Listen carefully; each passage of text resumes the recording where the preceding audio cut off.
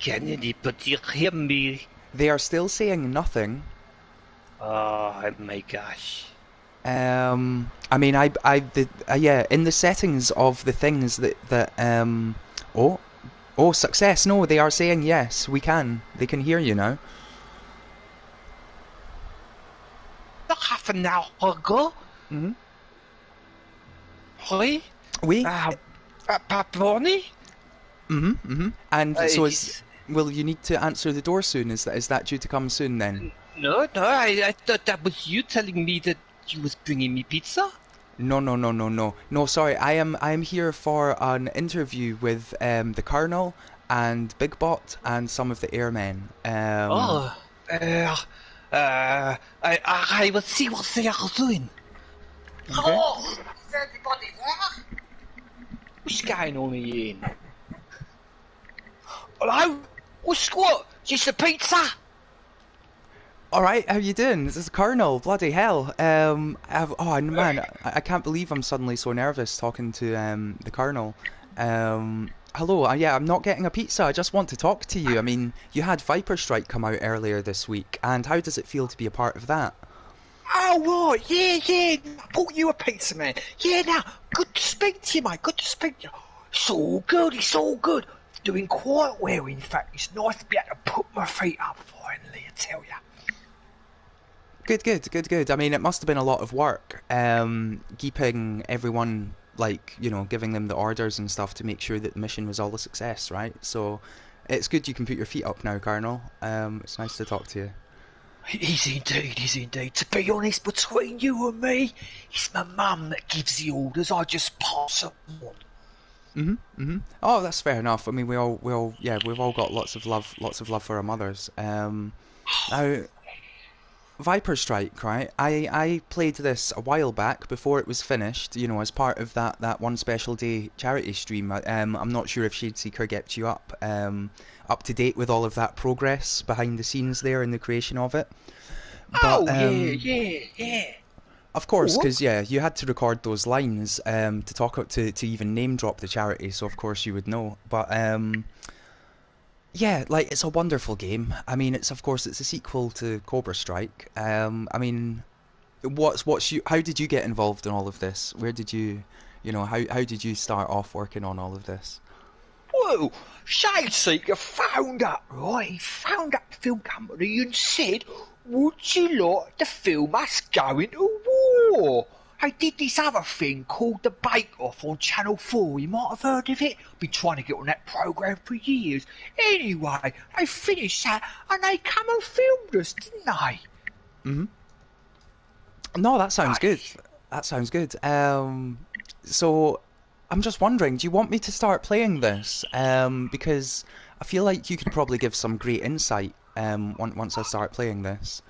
Oh yeah, I haven't seen it yet. All the blimmin' cinemas are shut, aren't they? So bang it on, mate, bang it on. Love to see it. Here we go. Okay, so we're on the main menu of Viper Strike. To Cobra Strike. If you've not played Cobra Strike is a wonderful experience.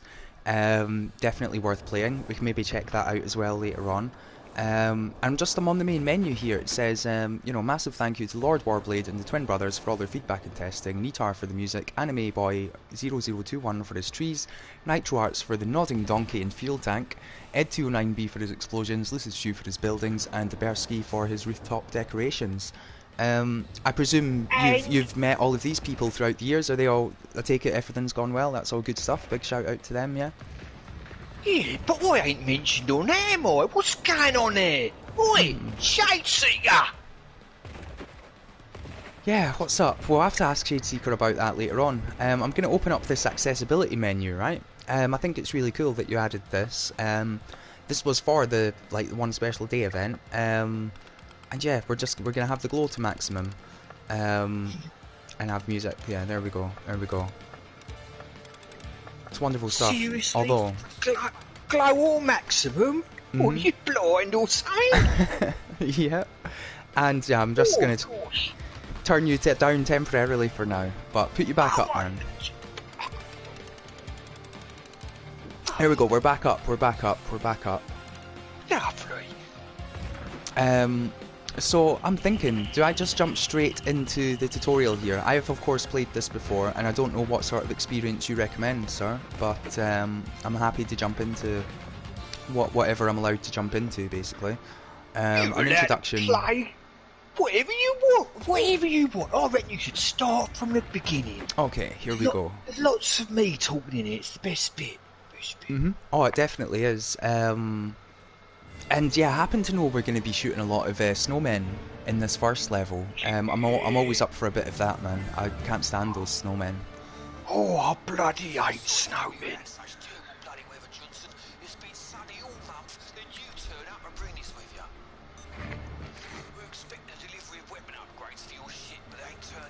So yeah, we're expecting. Yeah, I can't talk when I was gonna do you know, I was gonna do a little talk of the action that was happening on screen, but when I'm actually talking to the Colonel, I can't.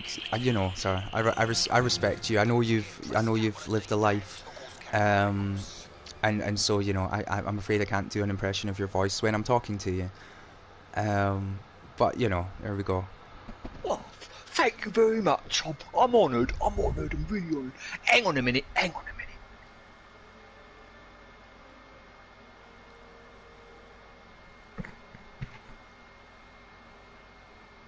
Mum! Where's the jam?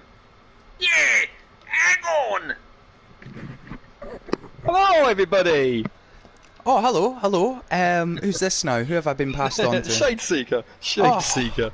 Oh, thank God, man. Look, the Colonel was really intimidating me, man. Like my father was in the army, like when he was a younger man, and that's fine and stuff. But like, I don't know, there was something about the Colonel that intimidated me a bit. But I'm glad to finally be talking to yourself, man. He's fine. He's a little puppy dog. He's just gone off to make cakes as usual. He does like a good cake. So how you doing? Yeah, good man. Very good. Good.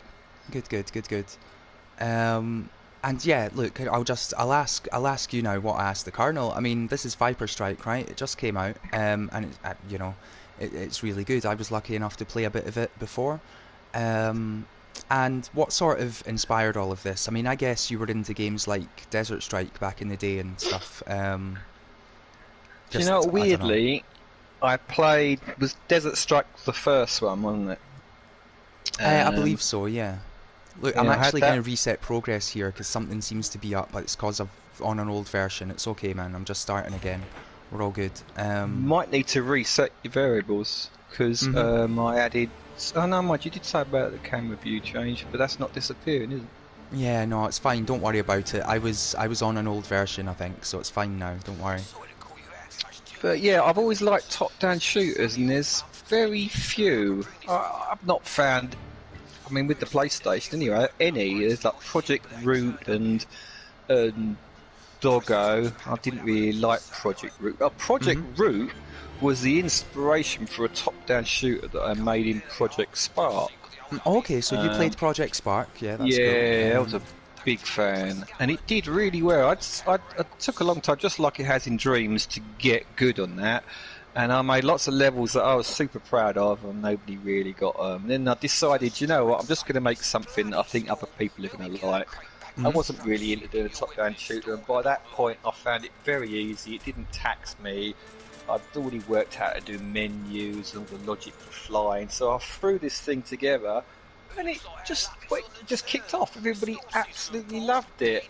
At that point, I got a real bug for doing a part 2. I wanted to do another top-down shooter, same sort of thing as Cobra Strike and Viper Strike. And Project Spark was plug was pulled, wasn't it? So yeah, that died, and then Dreams came along, and I didn't actually plan to do a top-down shooter. I made a few other things at first, and then one day I thought, I'm going to give it a go.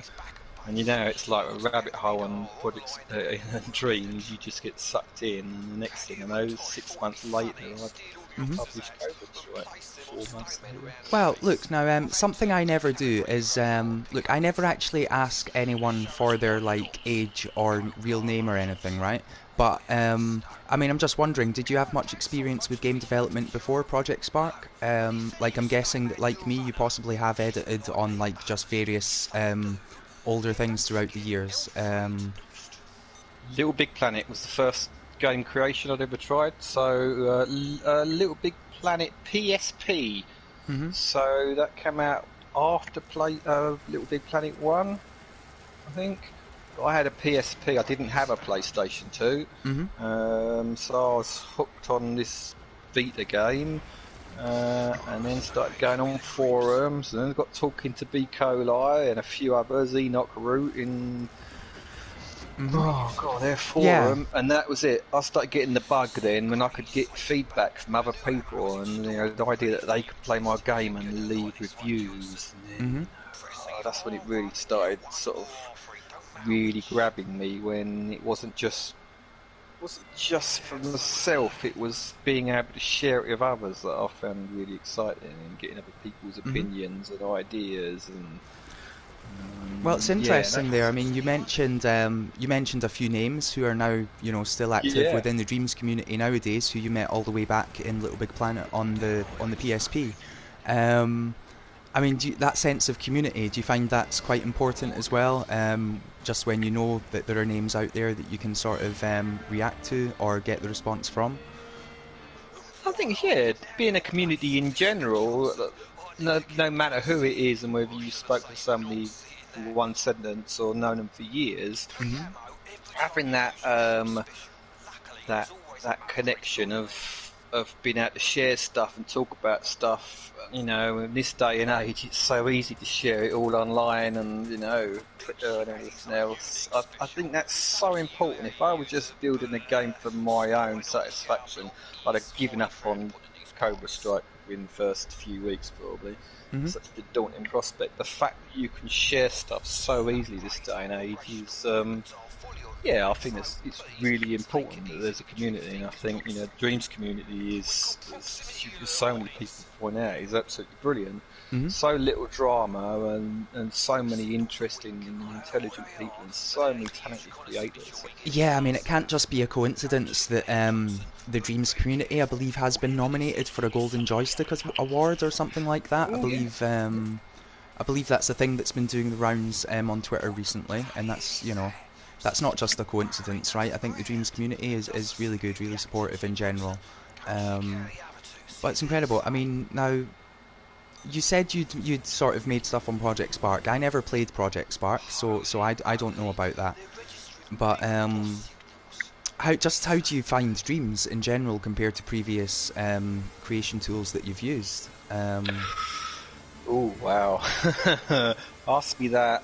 I think I got Dreams.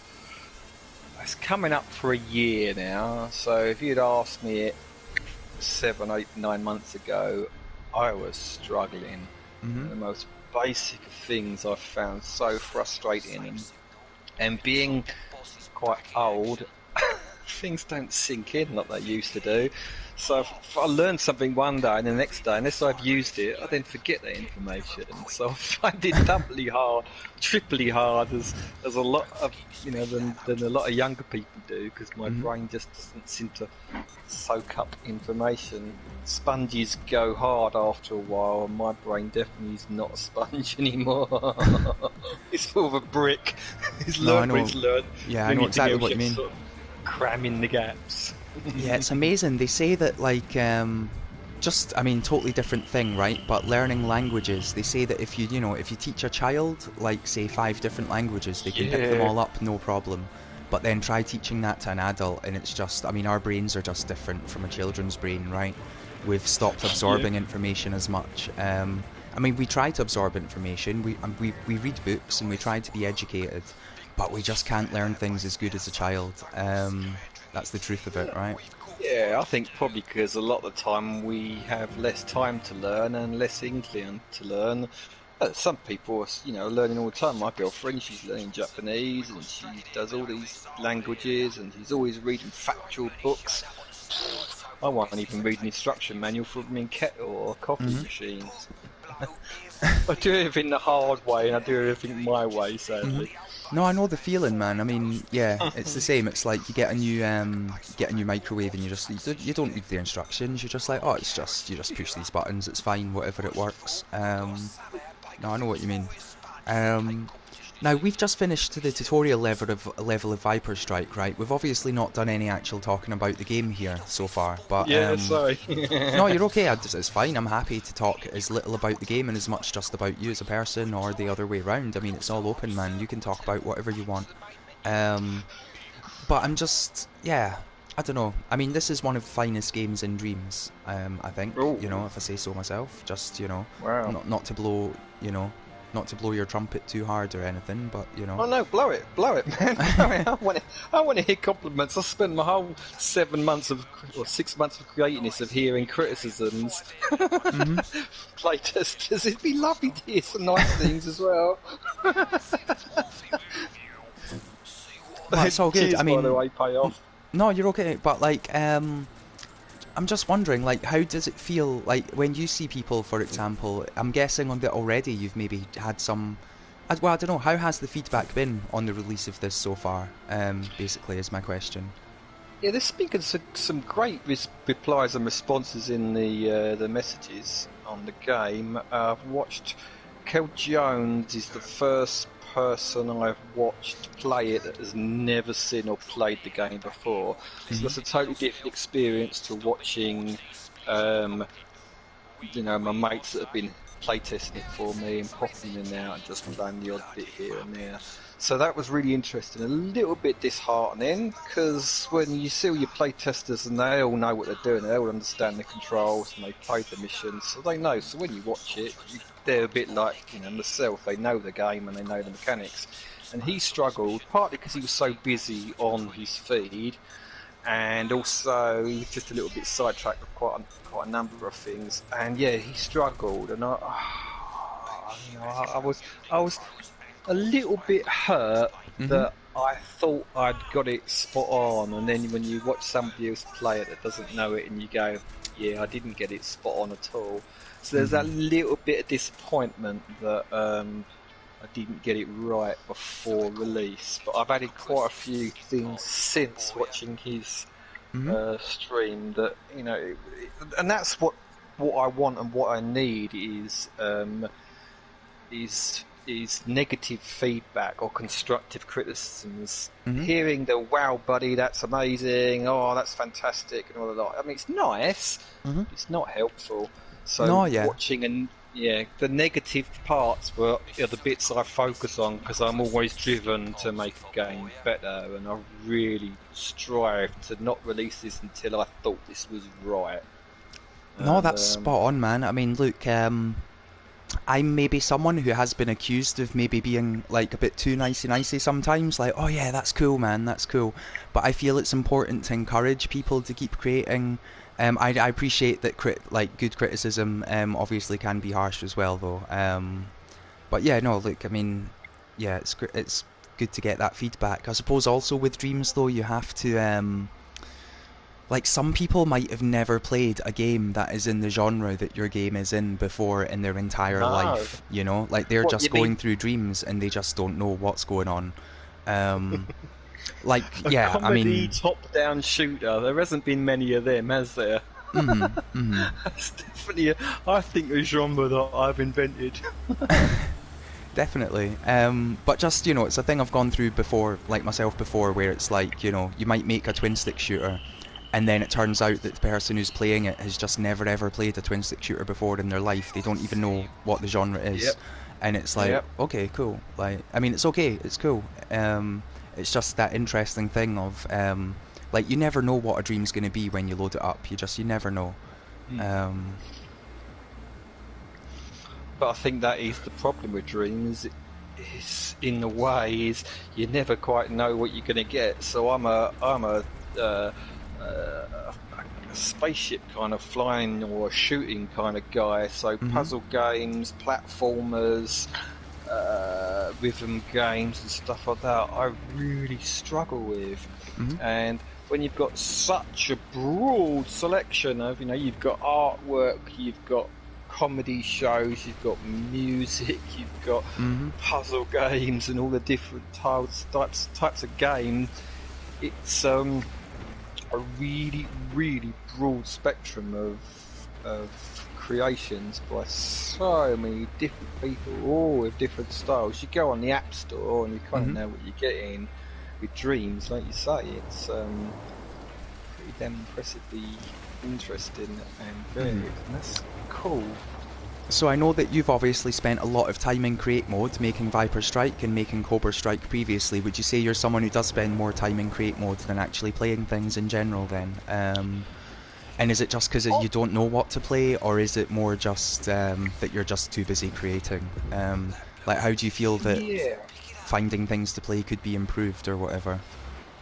I think most avid creators that get sucked in to details and aren't happy with just sort of not churning out but creating quick, simple games, people like myself that really sort of get sucked into the details find that all this stuff takes so long to do that it sucks up so much of your spare time. You actually haven't got time or an interest in playing other people's games and creations because you're so sucked in what you're doing. And I've had to force myself in the last couple of months to try and get into not a routine, but I think if you expect people to play your game, then you've got to be expected to play other people's games. Oh, yeah, 100%. I agree with that. I've seen people in the past, like, complain about people not playing their games, and then you look at that person's history, and they've not thumbed up a thing for like 3 weeks or something, and it's like, well, if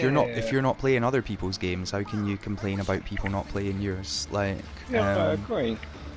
But so yeah, I kind of understand that. It's it's an interesting thing. It's that thing with Dreams, though, isn't it? It's I don't know. It's got something for everyone, ultimately. Yes, ultimately, yeah, absolutely has, and it's so annoying that so many people have never even heard of it. Yeah, even now on Twitch, you get people turning up who are like, "What is this? What is Dreams?" And then they've just never heard of it.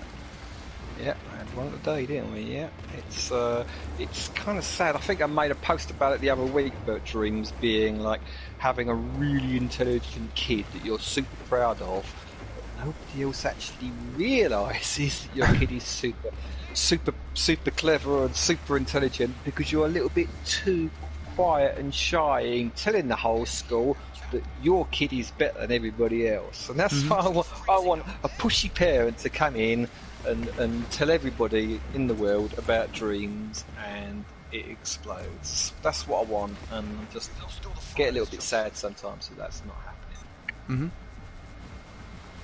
How am I doing, by the way?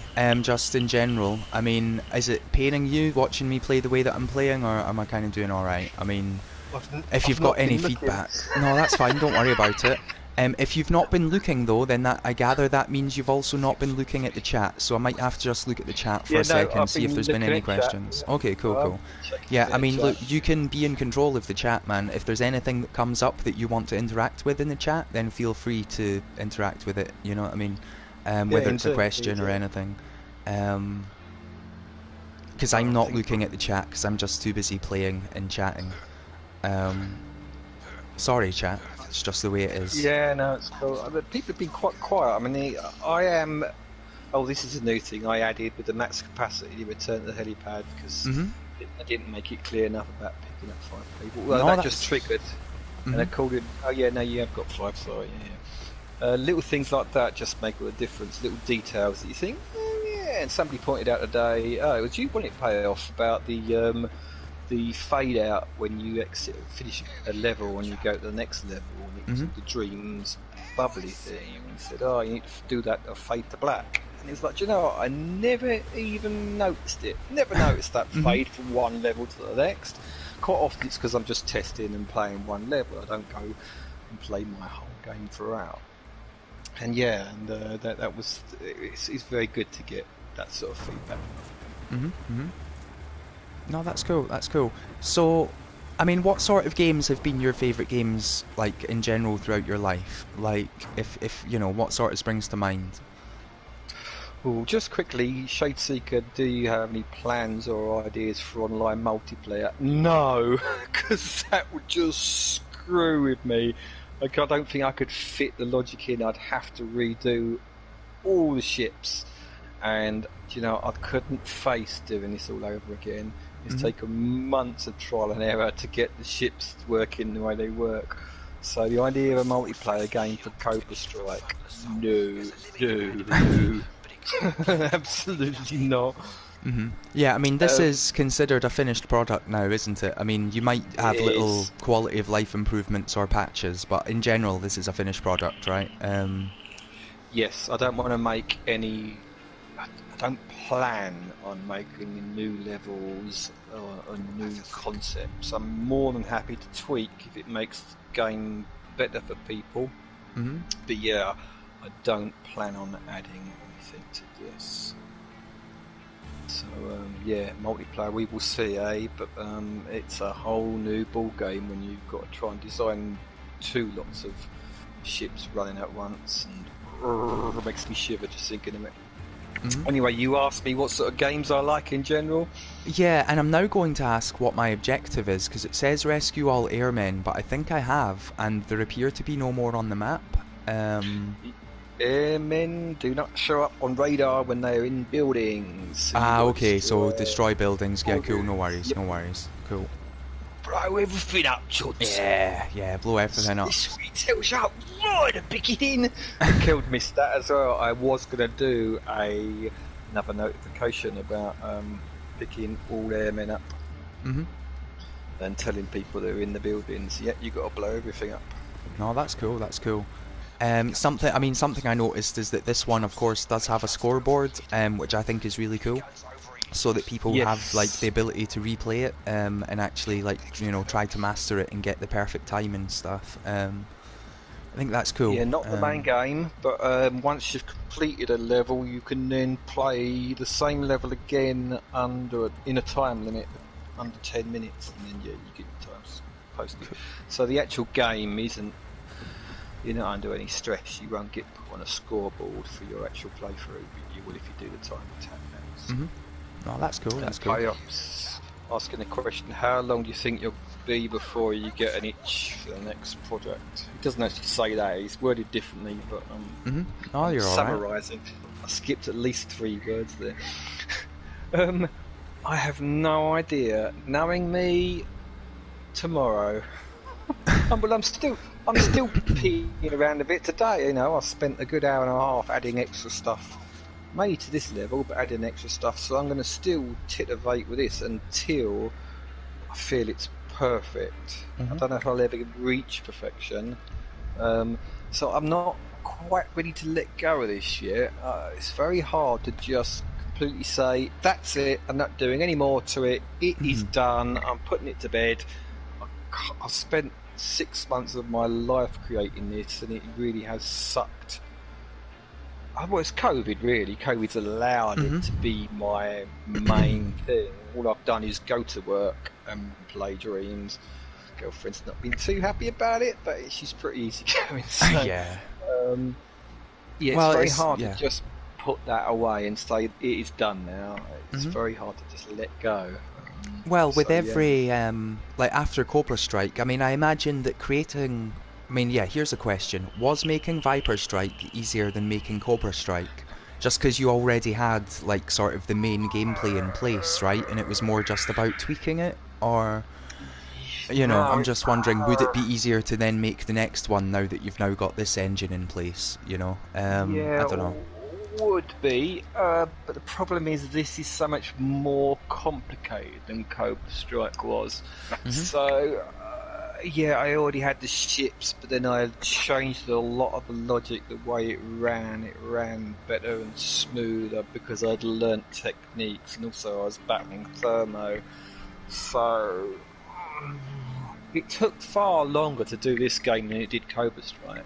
I mean, this took 6 months. I think Cobra Strike took 4, but Cobra Strike was done in just spare time. Whereas Viper Strikes, I was done through COVID, where I had a lot of time off. I had 6 weeks off, and not been going out weekends and holidays and stuff like that. So I had a lot more time. So this has probably taken double the length of time. So yeah, you'd think it was easier, but if time's a indication, then no. No, that's grand, that's grand. I'm just wondering, by the way, I know that the cutscenes in this are quite a lot of fun. The reason I'm not pressing X to do mission complete is I'm wondering, like, I mean, look, at any point, if for whatever reason you do need to take a break, just saying that's fine. But also, do you want people to be able to hear this cutscene? Yes. Like, I don't, yeah, Yes. okay, Yeah, so yeah. I will press X on the count of 3, and I know there's a delay, so you don't know what's, but I'll, on the count of 3 I'll press X, and then I'll start talking once it's over, I suppose. Because, I want to hear more about these characters, and your influences, and even, like your comedy influences and stuff, you know what I mean? I think it's nice nowadays to have a sense of humour. Anyway, I'm going to press X on 3. 1, 2, 3.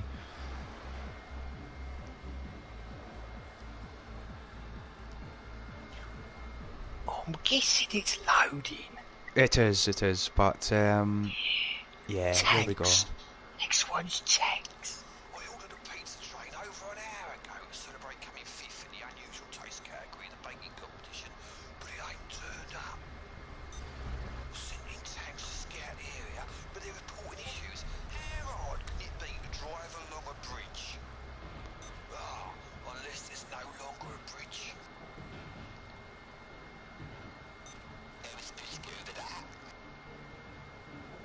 Damn it, EMP towers. They'll disable all of your ship's weapons, so I'm afraid, old dog, you're gonna have to do things a bit differently. Tanks aren't affected by EMP, so let them do the dirty work for you, Johnson. So there we go. We've finished the cutscene now. So it's the pizza train, and now we've got to let the tanks do dirty work. It's interesting, this change of objective, right? This change of gameplay. It's very cool, man. Also, it's very cool. Payoff Wizard saying what they said in the chat. Payoff Wizard is a top creator. I'm sure you know that yourself. They make really great stuff. Like, big shout out to Payoff Wizard. He was showing me his new he coined it as a Zelda type game. Ooh, he knows what I thought of it already. I'm not easily impressed, and you know I'm quite brutally honest with my opinions on people's games. And all I did throughout it was, oh, and have you, and I like that, and that's brilliant, and and I know I keep saying how good it is, but man, this is good. No, look, I know. I've witnessed your well, I don't know what the word is, right? But I've witnessed your brutality on some dreams firsthand, man. So certainly for a Payoff Wizard to, to impress you like that's very cool, man. I shouldn't laugh. I should feel really guilty. Oh, look, I've been there myself. I've done it too, okay? I've been streaming and then I've said not nice things about a dream and then it's like, oh, I actually feel kind of bad now or whatever. I don't know, man, but but maybe you don't feel bad. I don't know. I'm just saying, No, I do, but I say it anyway. That makes it worse. I think it was just like, if I had the attitude, I don't care if I upset people, it may be a bit easier, but I actually don't like upsetting people, and I feel really bad about it, but I do it anyway. Well, it's like you were saying, I mean, I can't remember who exactly it was that started this thread, right? But recently on Twitter there was a thread about how maybe the Dreams community are a bit too huggy and like, oh, I like your stuff, even if their stuff is actually a bit of a mess. And I know I saw you get involved with that thread and stuff, and look, I understand the merits of it, so it's all good, man. But yeah, like, it's just interesting, right? It's an interesting topic. It would be interesting to see what the chat think about it as well, and just stuff like that, you know what I mean? Yeah, Payoff doesn't know how brutal I am on that thing, because I just like everything he does. So. He probably thinks I'm a really great, lovely guy that just really likes things. Little does he know. Yeah, he's one of the lucky ones, right? He's one of the lucky ones. Yeah. Oh, there's a there's a raid from Dreams Have Meanings. Just shout out Dreams Have Meanings. I mean, thank you for the raid, and I hope your creation challenges went well. Like obviously, you know, unfortunately we couldn't watch it because we were busy doing this, but I hope your creation challenges went well. Like Shade Seeker, I'm not sure if you've ever taken part in them, but they can be fun. No. I'm so wrapped up in this, haven't I, that I couldn't even contemplate stopping to do something else. And that pressure, the pressure of sort of making something in an hour, it's just like I could not even fathom it. I mean, I have trouble typing a text box in an hour. Well, yeah, I understand, but it's just a bit of fun, right? I mean, yeah, obviously don't get pressured, don't get stressed, but it is just a bit of fun at the end of the day, or it's supposed to be anyway. 30 minutes. I reckon I could make a cube in 30... No, I could make a sphere, I reckon, in 30 minutes, and it'd be a really good sphere, like a round one, you know? Yeah, a proper round sphere. You would use the right tool and everything. You would actually use the sphere tool. Like, yeah. Get this right. You could get this. You could make it red as well. How cool would that be? Oh, that'd be amazing. And would you use, would you open up the tweak menu and turn it red that way? Or would you just spray paint it red? Yeah, spray paint red. Yeah, cool. That's what I like to hear, man. That's what I like to hear.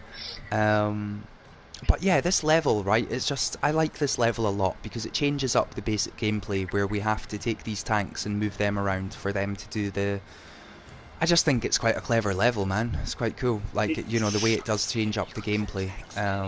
Yes, it totally changes it to almost an RTS game, doesn't it? That wasn't the original idea. The original idea was just to have friendly tanks that use the pathfinding logic that did to just help you out. And it was one of the twin brothers that suggested, how about you pick up a tank, carry a tank? And he's like, ooh, I've got to do that. And then it progressed from picking a tank up to being able to give it controls, as in stop and go. And then it just progressed and progressed, and eventually it was like, oh my god, it's turning into a real-time strategy game. And I like the way I never have any set ideas from start to finish. I make it all up as I go along, especially the dialogue. And I like that. I'll get up one morning, get ready for work, and I'll get something pop into my head. And all day at work I'm thinking about it, going, oh, I can do that, I can do this. And I'm rushing to get home, and I'll get in and I'll get on it. And I'll try it, and then that idea works, so then something else springs from that, and you go, oh, actually, what if they do that, then they could also do this. And I love how my brain's not organised enough to plan a single thing. I love how it just sort of organically grows from one little idea to spreading out into this. You know, and I never had any ideas what I was doing. I mean, I remember when I first made this map, I had no clue what I could do. I did snow, I did water, and then I wanted to do something different. I didn't know what to do, and I think it was Lord Warblade that said, how about doing a desert? And it was like, yep, that's cool. And just from him saying, how about doing a desert, my brain went from, right, we could do a desert, we could do this, and maybe put the EMP tower. I said, oh, I know, we could do a train, and we could do a bridge, and my brain just goes off, and he just needs one single sentence, and he's done it with me so many times, you know, oh, how about this idea? And then my brain goes, yeah, we could do this, we could do that, and this, and I love it, and it's brilliant, and it gets so exciting where you have this whole gameplay set out in your head in 5 minutes just because one person said one word or one sentence. Yeah, it's amazing. It's the power of dreams, and also the power of streaming while creating on dreams, I suppose. Yeah, it's incredible. I mean, you mentioned the twin brothers earlier, like they're from the Netherlands, right? And they've made some amazing things in Dreams. Have they been like supporters of you from the beginning as such? Did you know them from any previous communities, or did you just meet them in Dreams? Or yes, from this, I think I can't even remember how we got chatting. But we sort of started chatting a little bit via Twitter, and then sort of added each other as friends, and now we regularly go on group chats, the three of us, and they show me what they're working on, and I show them. You share play a lot, which is really handy, and I show them what I've got, and they're very, very good at being brutally blunt and honest and very quick. Say, oh, I don't like that, or why did you do that, and oh, how about this idea? And you go, ooh, and again, my brain goes, and yeah, watching. I'm not very good at giving feedback to their game. I sit there and watch it and go, oh, I love that. Oh, that. Oh, wow, that's great. And I come away after watching, you know, their latest updates. They've done this and that, and think I didn't give them any advice. All the advice they give me and criticisms and ideas, and I just sit there and go, oh, I like that, and I like that, and I like that. I feel they've got, because they're working together as well, they've got their game so sorted, and they've got a very set storyline and a very set style that it's so good. I can't actually offer any opinions other than, oh, I like that, and I like that, and I like that. So it's been a little bit one-sided, but I think it's they know how good their game is. Not that they're in the slightest bit conceited, but they know their game is good, and it really is good. They don't need really much input. They just like showing me it, and I think they like hearing me go, "Ooh, I like that." No, that's quality. I might have encountered a problem here, by the way. I'm not sure if you can see the gameplay right now, but I appear to be unable to pick up this tank that's in the water. Yeah, it's too far away. So yeah, that's fine. Other controls. So what are the other controls? You can do attack, you can make him stop, and you can make him follow. Okay, of course. Yeah, I was going to change it and raise the height of this, and I just thought, no, I quite like the fact they get stuck here and you can't pick them up. That's okay. The player to have to press follow, make them follow you. You know how to do that by pressing either Yeah, X. there we go. I've done it. But no, look, that was me being an idiot at the end of the day. Yeah, there's a big delay, isn't there? I was watching. Oh, it's alright, man. Yeah, it's alright. Don't worry about it. I think there's a few questions from the chat. Yeah, there is. Feel free to catch up with them. Lots of familiar names here now. Hello, everyone. How are you doing? I mean, I'm sure it's obvious, right? But this interview is with Shadeseeker, the creator of, you know, Viper Strike and Cobra Strike. Hello, Shadeseeker. Hello, everybody. I was gonna stay in character for this whole interview because I thought it'd be funny, but to be honest, I can't really be arsed. Plus, it was kind of weirding me out. I was so intimidated talking to the Colonel.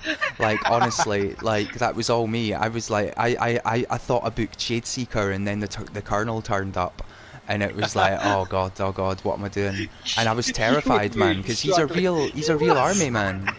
Like, He ain't. He's a mummy's boy, though, isn't he? Well, I think yeah. the story progresses when he's shouting that scene about the cakes. Mum, where's the jam? I made that up all while broadcasted on Twitch. Sadly, before the days that I'd set it up to record, because I would have loved that. I just ad-libbed. Well, I ad-lib all the stuff. I don't write anything down. I just make it up as I go along.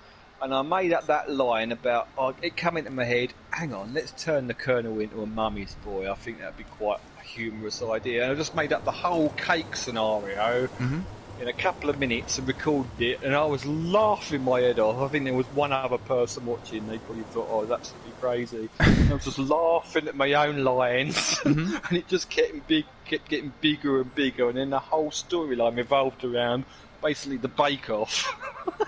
It's quality. I mean, yeah, like, are you a fan of the Bake Off in real life, or is this just sort of pop culture, general sort of, you know? It's just because it's popular at the moment. Yeah. Everyone loves Bake Off. For anybody that's not in England, Bake Off is a programme where they get people from the public to each week make cakes, and they're all judged for it, and at the end one person has to go home because they're rubbish. And it's mildly amusing as that sort of TV goes. I guess it's okay, and I just thought it'd be really topical to base the game about war and destruction and bombs and missiles and explosions around basically a Channel 4 program about baking cakes. Yeah, because why not? I mean, it's kind of what Dreams is about, and we know how big fans of Cake Media Molecule are as well. So yeah, it's all good stuff. Like, it's all good stuff. And we never got into answering questions in the chat, did we? Yeah, go ahead, man. I'll just focus on the gameplay. Feel free to talk to the chat. Sorry, man. Udurin says, oh no, sorry, Udurin said something about he liked it, I believe. Somebody asked about, was it all my work or did I collab? Can't even find it now. Yeah, pretty much until I'd got to this level, everything was made by me. When I got to this desert level, I decided, you know what, I just think it would be nice to use other people's assets. I just think it would be... it's almost arrogant. I felt I was being arrogant in going, I'm going to make everything's mine because it's mine, and I don't want people to be clicking on this and going, oh, they use this and buy that. And I kind of did have that attitude. I wanted to be proud enough to say I made everything, apart from Ed's explosions. But I got to this level and I thought, you know what, I'm going to go out of my way to try and use other people's assets. If I can find quality assets with low thermo that are well made, I'm going to do it. Yeah. So the exploding gas tank and the nodding donkeys, they're by... I can't even remember his name. Oh, it's okay, we shouted them out at the start, and I'm happy to shout them out Yep. again at the end. But I can't remember their name either, but it's okay. I mean, the information's there, and we did do it, so it's all good, man. And these trees, the palm trees and the acacia trees, though he calls them coffee trees, they're made by Anime Boy. I hope I got that right. I really hope I got that right. Oh, it's alright. He's a very talented guy. I'm sure I've got it wrong now. I'm having doubts. Cause I know The name Anime Boy was one of the names that I said at the start, so whether that's his done the trees or not, but he was one of the names, so don't worry, man. Ed's explosions, are these the explosions from Thunderhead? I think he made new ones for Thunderhead. They were released. They got very few likes. I mean, up to about 2 weeks ago, I think it had 16 likes, his collection of explosions. Okay. And they're so good that I used them in the first one, and it comes to the second one, and I thought, I could make my own. I could probably learn how to do them. But they're so good, I thought, I'm going to stick with them. And I've stuck with them. And I think they're just such a good set of explosions. So apart from the napalm bombs for this bomber that you're playing, yeah, all the explosions are his. The fire is his. And they're damn good. No, that's quality. I mean, I know, I understand that some people do have the thinking of, oh, I have to make everything myself. I can't use things from the Dreamiverse. And I respect that. And as long as they're happy, then that's cool. But also, I think it's kind of the magic of Dreams that you can just take people's things and use them. Because, you know, why should you spend like 10 hours coming up with your own explosions when Ed's already done that for you, and you can just use his, for example? You know what I mean?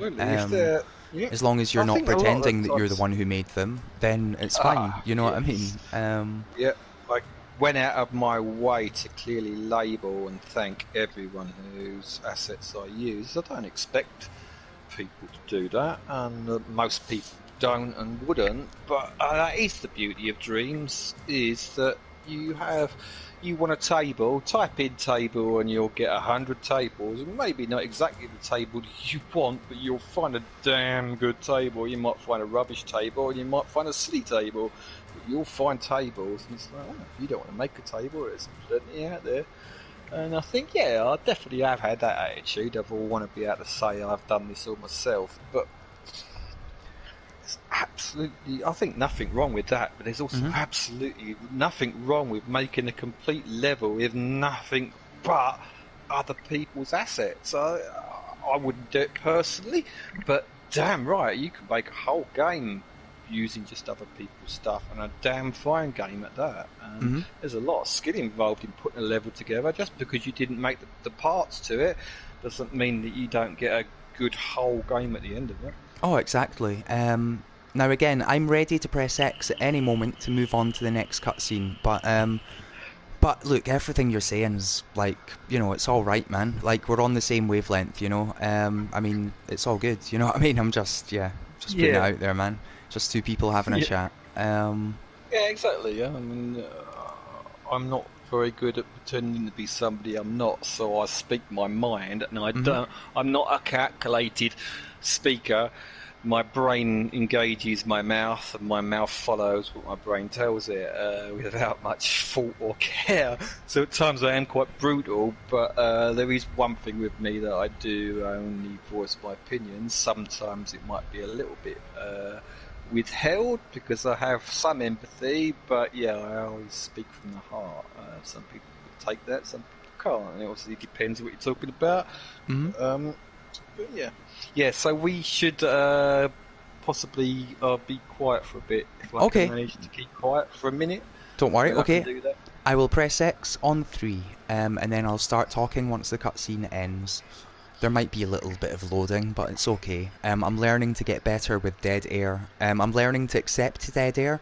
Like, sometimes I just ramble so that there's never a moment of silence. But I'm starting to accept dead air a bit more. Anyway, I did pause throughout that little ramble, by the way. So I'm now going to unpause. Here we go.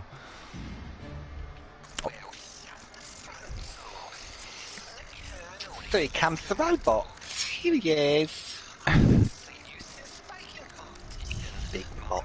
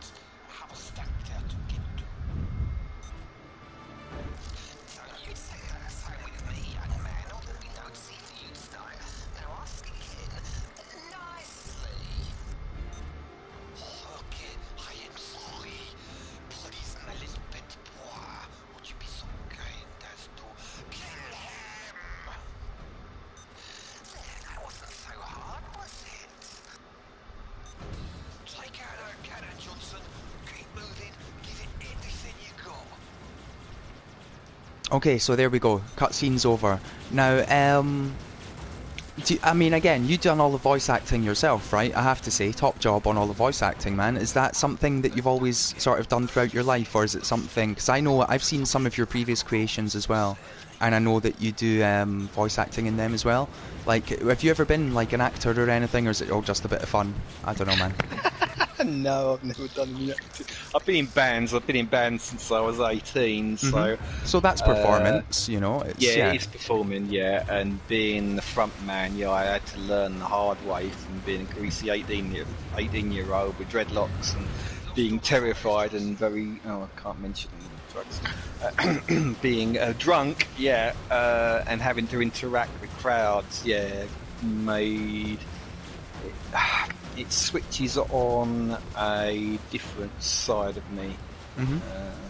I think we all have different versions of ourselves, don't we? It's not that I'm schizophrenic, but I have a quieter side. I have a very moody side. I have a negative side, and I also have a really fun, positive side. And I kind of like performing. I do like showing off.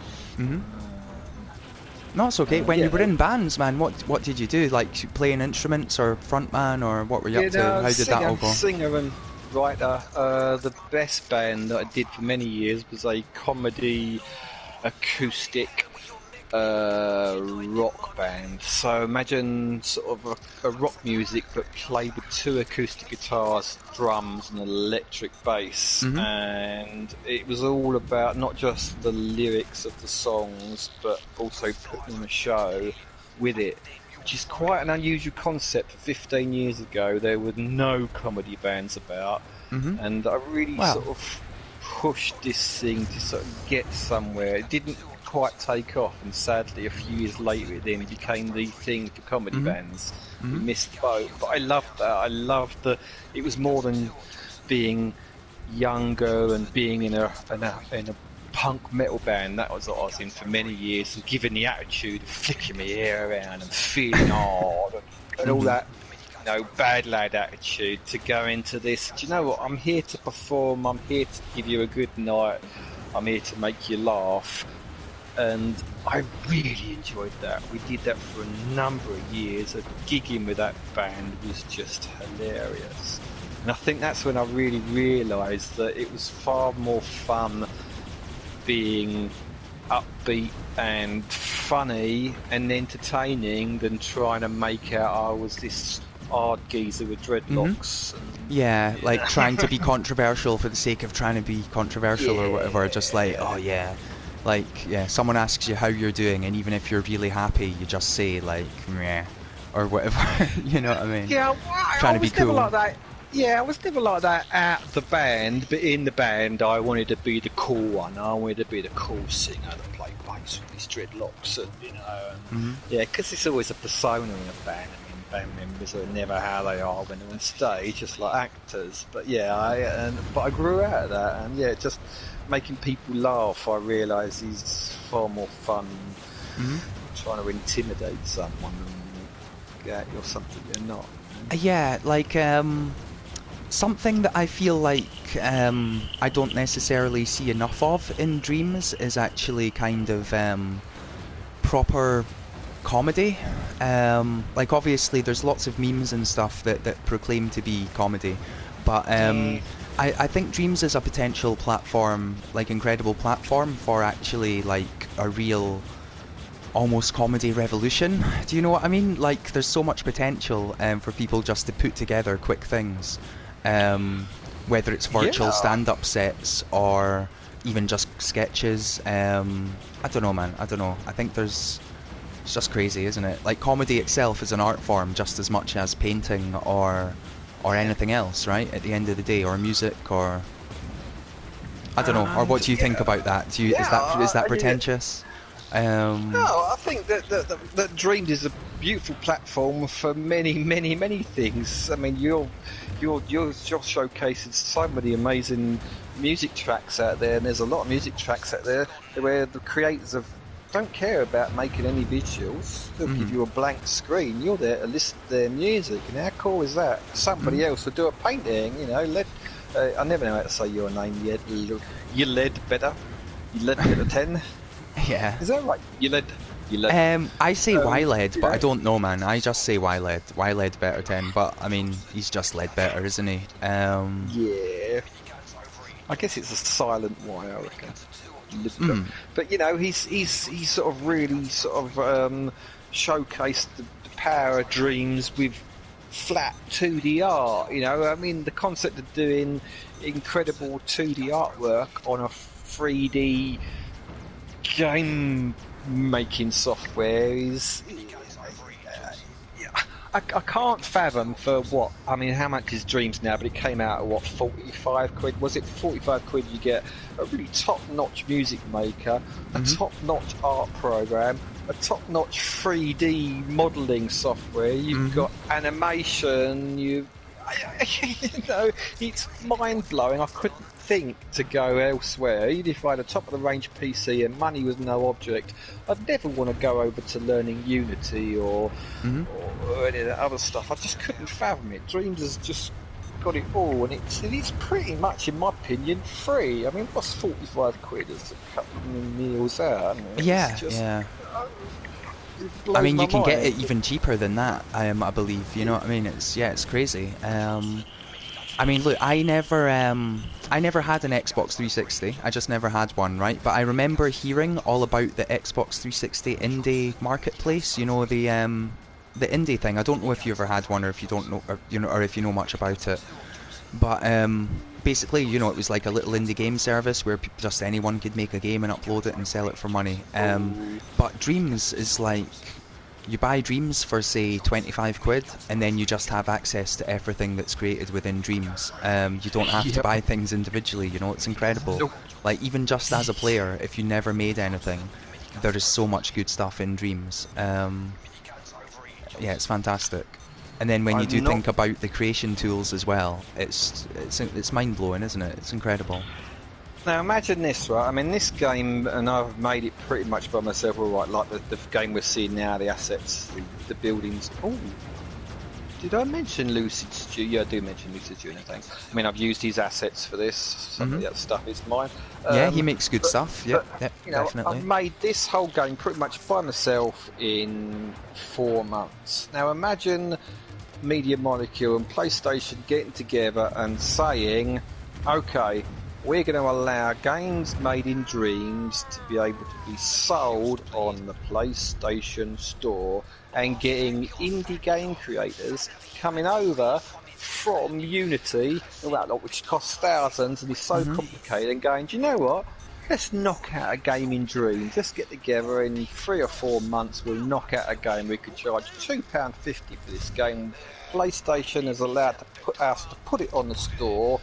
How many people would actually migrate over from a professional game creating software to Dreams? Because I'm trying to prove with my game, I'd like to think, though I'm biased, that I have emulated an old style PlayStation 2 game. Oh, I think on you a have. piece of software. Yeah, you definitely Why have. couldn't it be done again? I mean, yeah, it's No, incredible, the quality of things that are made in Dreams. I mean, I know we're playing Viper Strike now, but you know that Tiamatan came out earlier this week, Yeah, right? damn right. And that is up there as, like, you know, a proper arcade classic shooter, right? Yep. This is all about Viper Strike right now. I'm not trying to take anything No, away no, from no, you, no, man, no. but No, you we're understand the talking. point that I'm making, you know what I mean? It's Totally. like that is a fantastic game that, if available on PSN for, say, like £8, would not be a rip-off at all. You know Yep. what I mean? Yep. I'm not saying it should be, by the way. Because I'm not necessarily one of those people who thinks that things that made our Dreams should be sold separately on the PSN store. I almost think it's cool to keep it all in Dreams, but I do understand the point of view that maybe some things should be. I understand it. I mean, you know, I can't argue with anyone who says that. But I think my point about bringing it up was, because it's always in the back of my mind that there's not enough players playing it because not enough people know about it. What if you could entice indie game creators to come over to Dreams? And most of the time it revolves around money, doesn't it? And that's the issue with Dreams. You can't make money from it, whereas Unity you can. I wonder if you could entice people by allowing to put stuff out there. I don't know. But it is that powerful. I think it is. And yeah, that Dream you mentioned, because I can't remember the name of it. Oh, that's okay, man.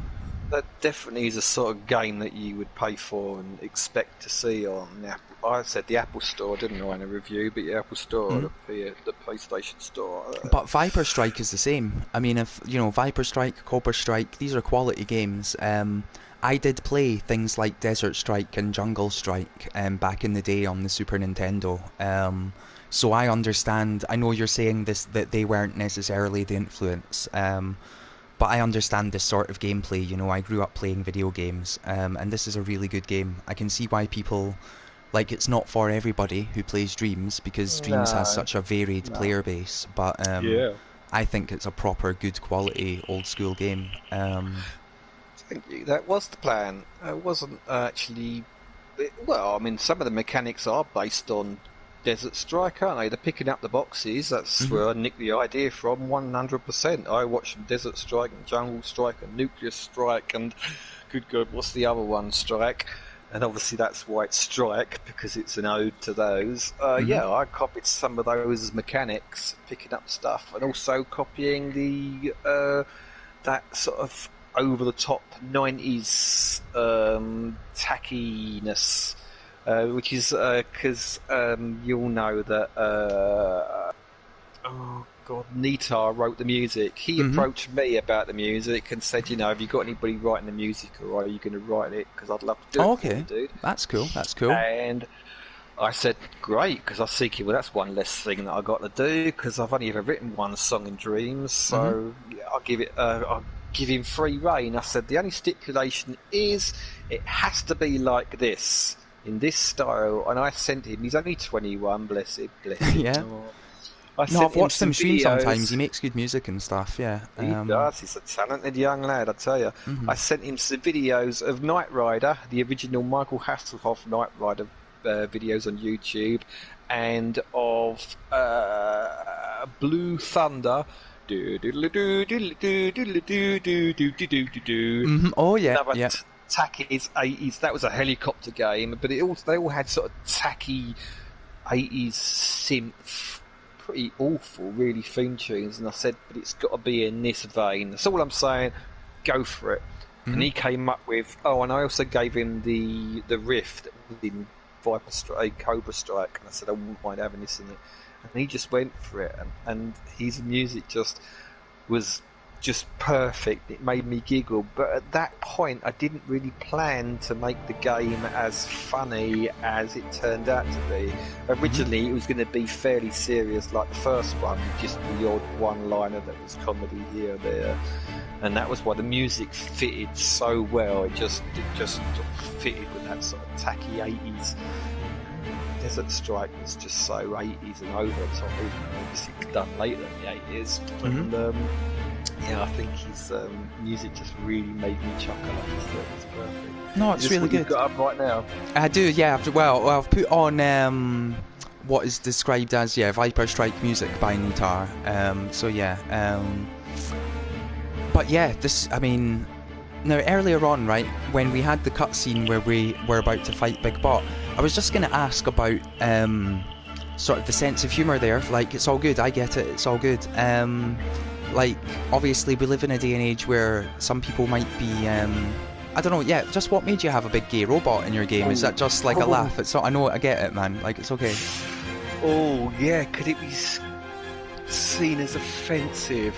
Yeah, now I don't believe it comes from any offensive place, man. I don't believe it does. I'm not, you know what I mean? I'm not trying to set you up for anything here. But it's just, but you know. Could it be? Can it? Yeah. I guess there's always that risk in modern society that whatever you do, especially with comedy, you're always going to upset somebody. So, you know, in my first level, I've got people driving trucks that are terrible drivers that are Irish. Now, if you're Irish, you could probably take offence to that because you're saying, oh, are you implying that all Irish people are terrible drivers? In the same respect that I did the robot as a gay, flamboyant robot, the only reason I did it is because robot's supposed to be, you know, he's obviously quite a pretty hard robot. He fires lasers and missiles, and that wasn't the initial plan to make him a gay robot in the slightest. I made this robot because it was cool and stomping around, and I made all this smoke come up and stomp ground, and I made these lasers and all these explosions.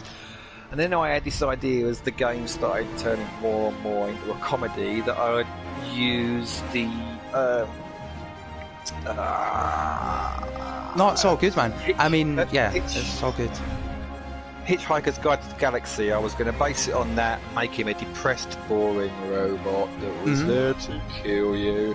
And then just one day it was like, no, what's going to be really funny is this really hard-looking robot that's really camp and really flamboyant. And I was going to animate him far better than what I did, but I just gave up on the animations in the end because I wanted to do more explosions. No, it's all good, man. I mean, I was just I was just gonna, I was just giving both of us a chance to say, I mean, like, you know, obviously, I mean, yeah, it's all good, like, it's done with respect and stuff, you know what I mean, it's obviously not, yeah, I'm sure. It's cool. Anyway, said, I have to say, I just played a game with a super camp robot boss. Another one, or are you referring to mine? So, but no, it's all good, man, yeah, like I'm saying, I'm just, you know what I mean, it's all good. Because again, it's just, you know, it's interesting, it's cool. Like, you don't often play through any game that has that sort of character representation, let alone like a shmup. You know what I mean? That's all, man. Yeah, it's true. Like, you know what I mean? You're representing the different spectrums, so it's okay. Payoff says, is he even gay or just super camp? I have no idea. Well, yeah, it doesn't Go that matter. It doesn't far matter. into it. Yeah, it doesn't even matter. It was just a fun voice. I mean, he's a mixer.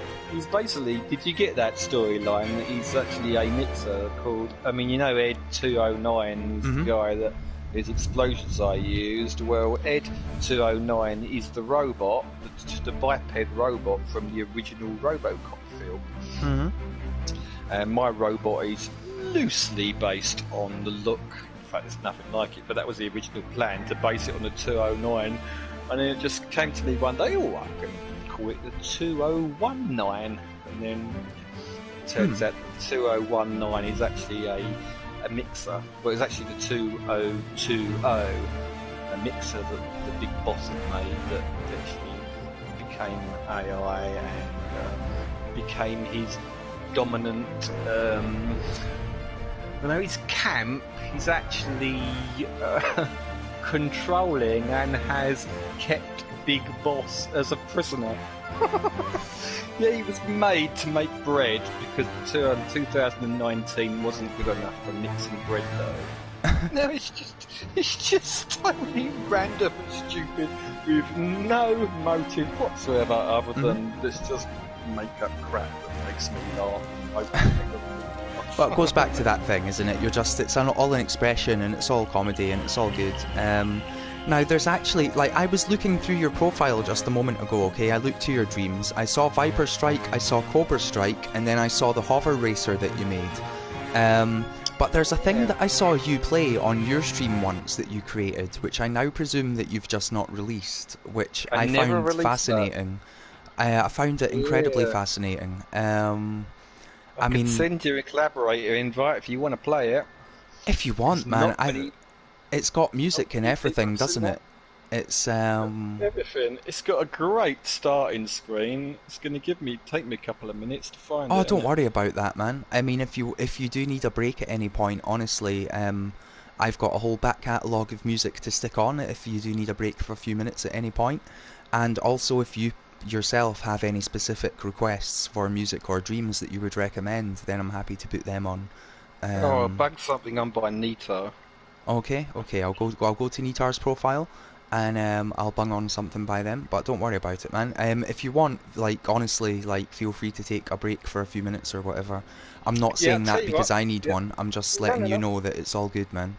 Is anybody interested in seeing my very, very first dream? The dream that I learned how to do most of my stuff in. It's unfinished. It's actually broken. One of the variables doesn't trigger, but it's quite interesting to see the humour that's come out in Viper Strike is actually there in my original creation, which I never finished or released.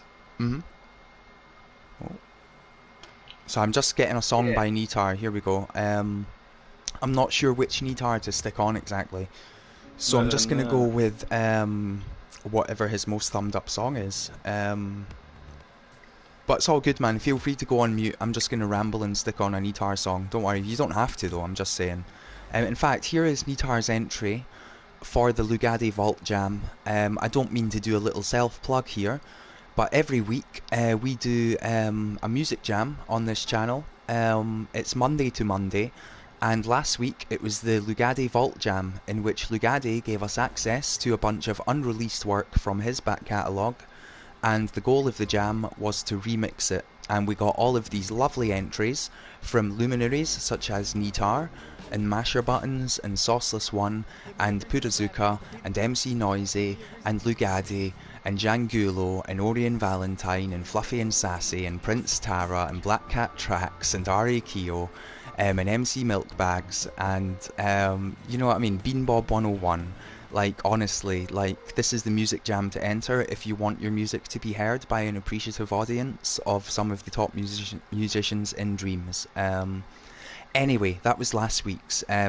Like, the current jam is the Halloween jam, so the idea is to make or remix a Halloween themed song and send it to me, and it will be in the jam. The only stipulation is that it has to be made for the jam, so you can't just be sending me like some spooky song that you made a month ago or last year. Yeah, it's got to be like, you know, made for the jam. Anyway, I'm going to put on Nitar's entry. That's just a little plug in the advert. Anyway, here we go. Nitar done the music for the dream that we just played, which is Viper Strike, made by Shadeseeker, who I've been talking to, and we will address some more of the questions that have been put towards them just as soon as they are back. But yeah, here is Nitar's entry to my previous music jam. Here we go.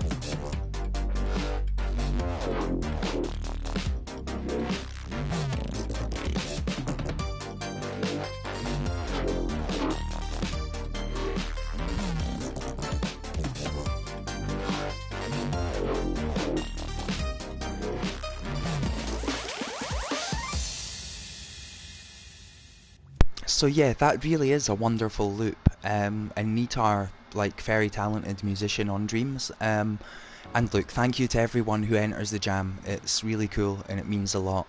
I feel like sticking on the theme, I am going to put on another Nitar rather than a jam song. But you know, it's all good. It's all good. I'm just looking for a song that'll last for a few minutes while I sort out that link to their Twitch and just while I get us back online. This is Nighttime Slumber. It's a smooth song thing, and it's for a Paolo Prejuica dream, so that's cool. Random shout out to Paolo, by the way. He makes lots of things with these two characters called Key and Wee, and I think they're very cute. I think they're very cool. Like, they're worth checking out sometime. Anyway, here we go. Here's this.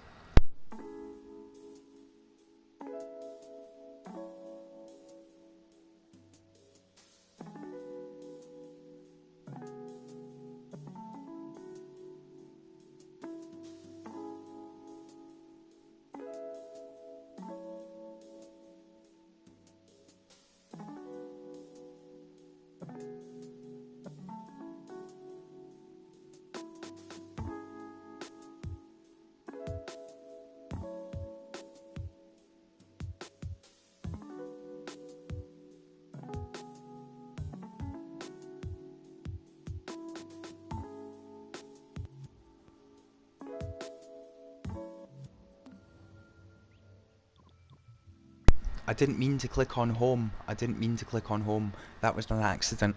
I was just gonna click on play so that Dreams Buddy would post the link.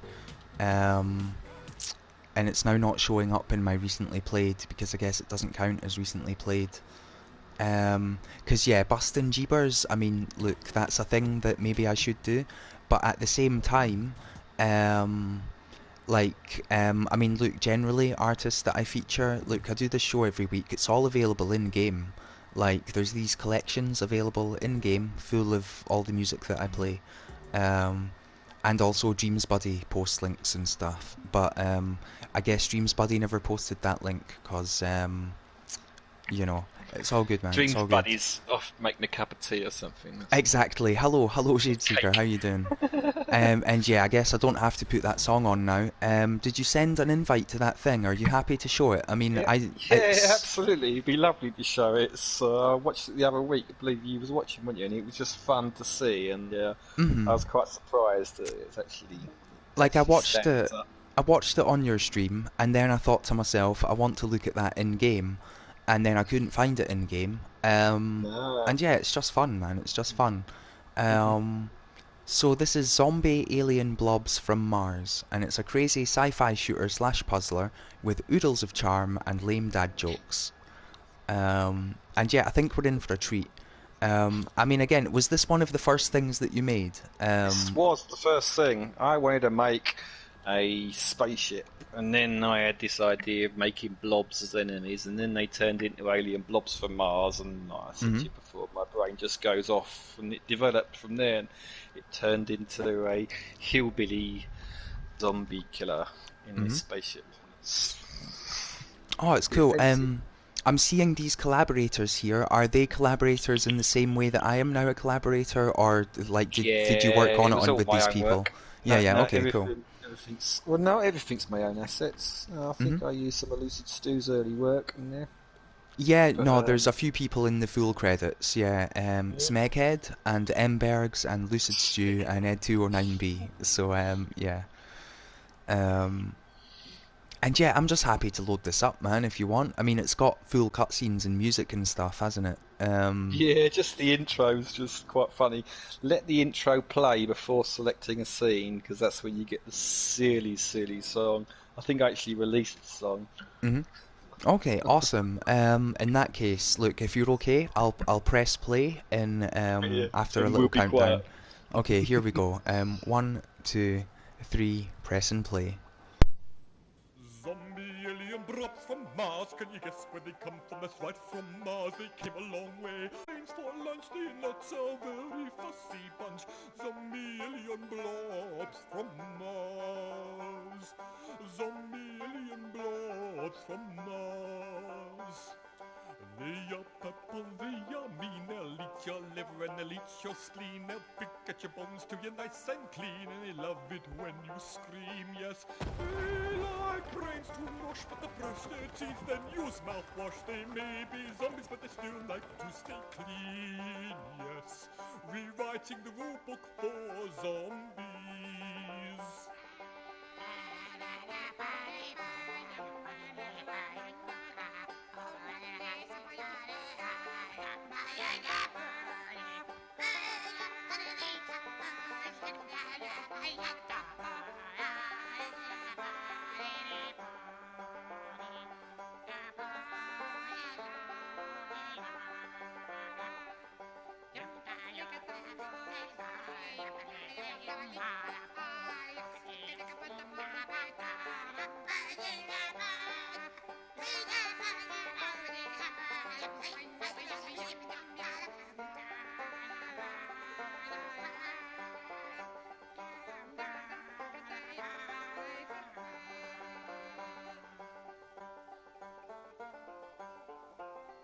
So, I think that might be the loop now. So yeah, this is Zombie Alien Blobs from Mars. No. Now you can select a part. Look, it says. Oh no, part yeah. part I know. part I just meant like for that part, but Oh, okay. Yeah. But no, So, I think that might be the loop now. Oh, I can hear myself. Said, the chances of anything coming from Mars or 11 bazillion blob to one. But, well, here we are. So here we are, and now this is one of the ships, sort of, from, this is from your hover game, isn't it? This is sort of the same ship, right? Damn it, the sensors are out as well. Hang on, give me just 1 second. Yeah, man, you missed the intro. You went straight to level 1 rather than play the intro. Oh, sorry, man, I'll go back, What you I'll go watched back. was weirdly the pre-intro, which is a really odd concept, and then there's the storyline that introduces the main character. That's Yeah, alright, I'm maybe- happy to go back, man, I'm happy to It's go quite back. amusing. No, it's all good, it's all good. I'm more than happy to go back. Here we go. Sorry, I thought we were all, yeah, but you're right, because I've seen it before, so here we go. I'm gonna do this again, but I'm just gonna go straight to the intro. Here we go, and 1, 2, 3, intro. They came a long way, very far in space. They hadn't invented cars. Hey, munch your brains for lunch. The nuts are very fussy bunch. The million blobs from Mars. The million blobs from Mars. They are purple, they are mean. They'll eat your liver and they'll eat your spleen. They'll pick at your bodies to get nice and clean. You'll love it when you scream, yes. They like brains. I hate bugs about as much as I hate my mammy always said if you can't ravage a planet nicely, you shouldn't ravage a planet at all. Shows like The Talking Bread have glorified this. I can remember when being a zombie was a respected profession.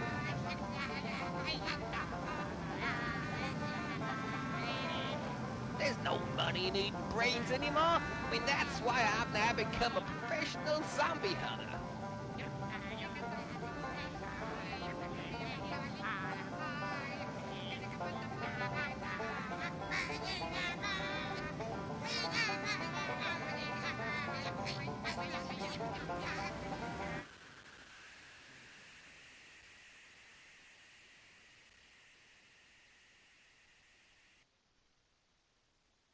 Okay, there we go. Oh no. The chances of anything coming from Mars are 11 bazillion blob to 1. But, well, here we are. Right, there we are, that's that. So yeah, sorry about that before. Also, sorry about that overlapping music, man. You know what I mean? Yeah, It just what a shame. happens. I turned volume up on the iPad for a second. It's like, oh, what's going on, man? What a shame. But this is the first thing that you made, and you never released it. I'm sure you never intended for it to be played, like just now or anything. So it's all good, man. And again, it's just an example of my amateurish, right? I should have checked all this out beforehand, but we're just like, hey, let's check out this thing. You know what I mean? Yeah, I don't think the game was ever designed to sort of skip. Well, I don't know what happened, but yeah. Oh, lots of cans there, begging to be shot Yeah, at. you can see my comedy is fairly similar in this. Terrible, tacky, awful dad jokes that my girlfriend just rolls her eyes at and shakes her head in disgust. Makes it even more funny. No, I understand. I come from that same place a lot of the time, I feel. Yeah, it's all good. And Dreams is a fantastic sort of escape for self-expression, isn't it? If you maybe are making jokes that aren't getting appreciated in real life, then you can like retreat to the Dreamiverse and make them there, right? Maybe? I don't know. Just like putting it, you know. Yeah, I think my sense of humour in my games is very similar to my sense of humour with certain people. Now, I don't show that side of me to everyone. Normally it's with people I trust. So at work, although I've got a very good worker, I'm very businesslike in my job. I run my own business and it's a very serious job and I have to be on the ball. So I'm a miserable, serious, boring bloke at work. I get stuck in, I get the job done and I come home. So when I come home I almost I need to bring out the more fun side of me, and it's very enjoyable to be able to put my silly side that my girlfriend sees all the time, and I'd like to believe she loves me for it, into something physical in a game.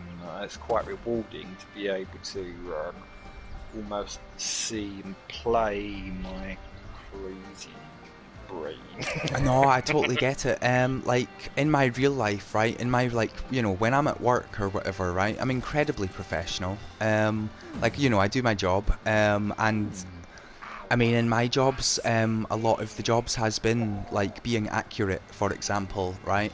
Whereas people see me in Twitch chats, and you should see the amount of typos that I make in Twitch chats, and it's like when your 9 to 5 day job is being accurate, when you come home, you just don't bother being accurate. You know what I mean? Because it's like, oh, I've spent all day being accurate. I'm just gonna make typos now. You know what I mean? I don't know. Like it's. Understand what you mean about that escape or whatever, or just yeah, you've got that serious job, so obviously when you want to come home, you just want to not be serious, right? And you want to not worry about stuff. Well, so that's the thing with most humans, that we adapt our personalities dependent on our situations and our people around us. So yeah, if you're in a serious job, you don't really muck around much, and it almost makes you want to muck around all the more when you're not having to be serious. Exactly, yeah. Yeah, it's cool. It's all an escape. I'm looking for this weight, by the way. I'm looking for It's right behind you, with near the seesaw. Okay, okay, I'll go back to the seesaw. No, it's invisible at the moment. You've got to do the other things first. So it says at the top left. Oh, destroy the gnome, of course. Yeah, sorry. Yeah, I see destroy the gnome now. I did try shooting them earlier. I just didn't destroy them, but that's cool. I'll keep going. There we go. There we go. Destroyed them. This game was never released, so this was not intended to be played. So, like, yeah. But it was intended to be played, but not in this current state, and it just got so overwhelming because I didn't know what I was doing, and I had to learn all this. Gnoming bacons, by the way. Notice the little symbol of bacon that came up when you collected it. Oh, that's just stupid. Oh, that's okay. Oh, I appear to be stuck. Oh. I know there's a delay, by the way, but yeah, there's a lag. Oh well, you're in a box. Yeah, I made it. I made it, and I've got the weight now. You press the left stick in. There's a boost. I believe that might help. Oh yeah, you really were stuck in a box, weren't you? Oh, yeah, I'm now stuck with a weight, but it's fine. Oh, I just got a new personal best of 3 on hill surfing. That's good. What? I don't know. I don't know. That was logic that I'd put in for the hill surfing scene. Yeah, I can see. Oh yeah, you did. Personal best of 3. Yeah, well done me. I wonder where I am on the scoreboard. Like, what's going on, by the way? I've got this weight, and previously it was dragging me down, and now it seems to be dragging me up.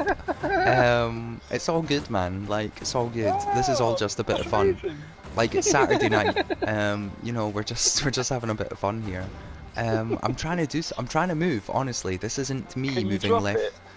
I can drop it. What it's done is there's a collision issue. I never turned collision off on that weight because I didn't know about collision as much in those days. And, it's okay. Yeah, it's colliding with the ship. There we go. It's all good. We're almost there. We're almost there. Oh no, it's happened again.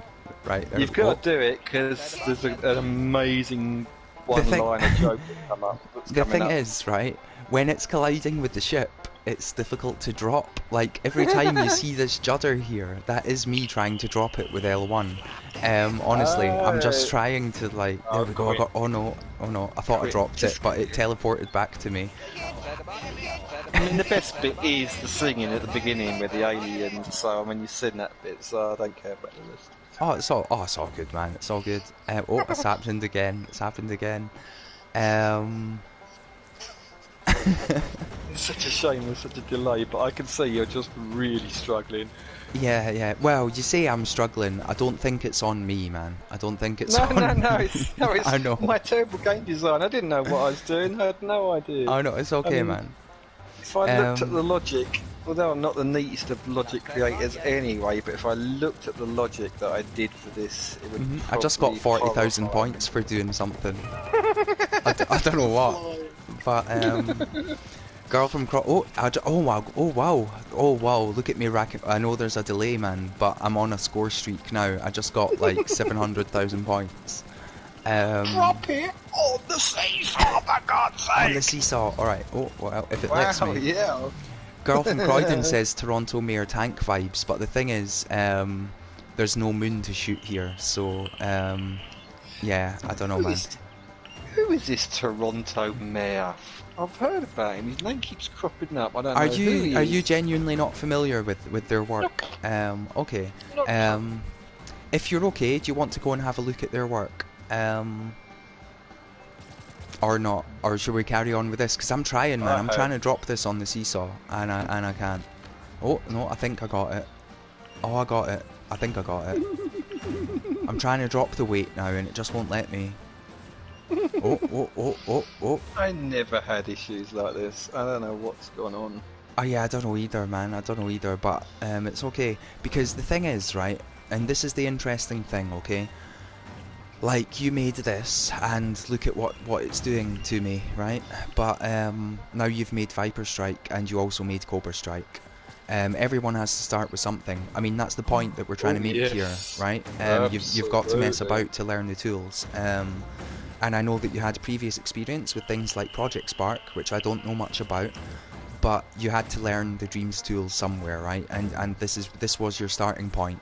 And I think it's interesting to see people's starting points. You know what I mean? It's important and it's interesting, and it gives people encouragement if maybe they're new to Dreams and maybe they're struggling, and they think, oh, what am I doing? All these other people who have been in it since the beta are making amazing things, and now I'm really struggling. But everyone has to start somewhere, right? Everyone has to start somewhere. Every single talent in this world, be it a musician, comedian, artist, whatever, all were rubbish when they first started. No one is born with what other people consider serious talent. It's normally down to some luck and genes, but mostly down to hard damn graft. I'm really struggling with this, by the way. Honestly, I'm trying to drop it. I don't know what the issues are. I never had this issue. You see, I'm wondering if there's you've got an older. I don't know. I don't know how I would have an older version though, because you just added me and I'd never played it before. You know what I mean? So I don't know. Needs a pot of Vaseline or something on it, I reckon. Yeah. Oh no, almost. It was so easy, I never had these issues, so I don't know how you broke the game, but I'd imagine it's down to you breaking the game. Oh, it's definitely down to me breaking the game. Logic. And this is just a little advert, by the way. If you are making a game in Dreams, I'm like one of the best playtesters that's going. I will break your thing. So, well, yeah, I suppose. Except the difference is that once you're finished with them, they just won't want to make anything anymore because they'll feel so discouraged. You're correct. So, like, I don't know. I was playing, oh man, what's his name? Hang on, give me just 1 sec. I need to load up messages. John Brand. Oh, he made the awesome game where you control the 4 players with the X, circle, square, and triangle symbol on their heads. Do you know what I mean? Who I mean? I'm not 100% sure, but I'm happy to look it up if you'd like me to. Thyron Gamer. Okay, no, I do know that name. I'm just not sure about the specific thing that you've mentioned, but I'm happy to look it up, man. I thought you said you'd played it and you really liked it. No. Well, maybe look, we'll see. We'll find out. Once we look it up, we'll find out. It'll say whether or not I've thumbed it up, won't it? So it'll be the moment of truth. Like, it's always interesting. I'm just fighting a spider right now. Oh wow! You managed to skip that part and get to this part. Oh, okay, yeah, that was a little cheat code I'd put in somehow that you triggered. That's Oh, that's awesome. okay. That's why I am the best Blown tester. up the cave to get through. That's awesome. So those mhm. are spiders that I took great delight in making. I was so proud of those spiders. It's all good, man. It's really cool. So you were really proud of them, yeah. The thing is, it's interesting because I can see the basics of that lock-on system for Viper Strike within that fight with the spider, you know? Like, the point is you had to start somewhere. Yeah. In fact, here Yeah. is, yeah, like, yeah, you had to start somewhere. You learned things and then you put them to better use later on. It's incredible. So, yeah, it's really cool. I'm just wondering now, where do I get more dynamite? I need more dynamite, I believe, to blow up a hole in the ground here. In the shed. Okay, so back to the shed. Cool, it's all good. You can't get the shed in the shed because the shed's locked, and you need the key. And you only get the key from the rabbit that's got mixing my toasties. And you can't get on that because you need to put the weight on the seesaw. No, but I skipped Quit that it, part because I'm the best tester, Yeah, man. I no. skipped it. It's all good. See, here we go. Here's more dynamite. There we go. There we go. Oh really? How did you Yeah. get in there without the key? I'm just, you know, I'm special. It's all right. Oh, the door's open. Oh yeah, Yeah, that's I know. right. You must have spammed the buttons, man, because you triggered some sort of button code that I'd put in there to open that up and open the key. Oh, well done. Good. Oh, it's all good. Thank you, man. Thank you. I mean, yeah, it's all good. It's all good. Don't worry about it. Curator's got to curate. You know what I'm saying? I mean, it's all good. It's all good. So we're about to blow up this hole now in the stone, and let's see what happens. I never sent you the next scene for this because I never ever dreamed you'd ever get that far because you'd only play it for a couple of minutes. I'm So if you happy go to down that exceed your hole- expectations. There we go. That's fine. I'll show you who Toronto Mayor is if you like. We don't necessarily have to watch any of their scenes. However, there is one of their scenes that, I'll be honest, I would quite like to watch. It's only a minute or two long though. Don't worry about it. And I think you'll enjoy it as well if you've not seen it before.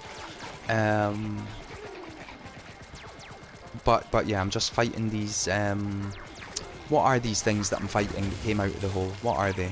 Zombie alien blobs from Mars. Of course they are, of course they are. See, I forgot the extent of this situation. Oh, I died. And I had minus 237,330 points. Oh, I feel hard done by.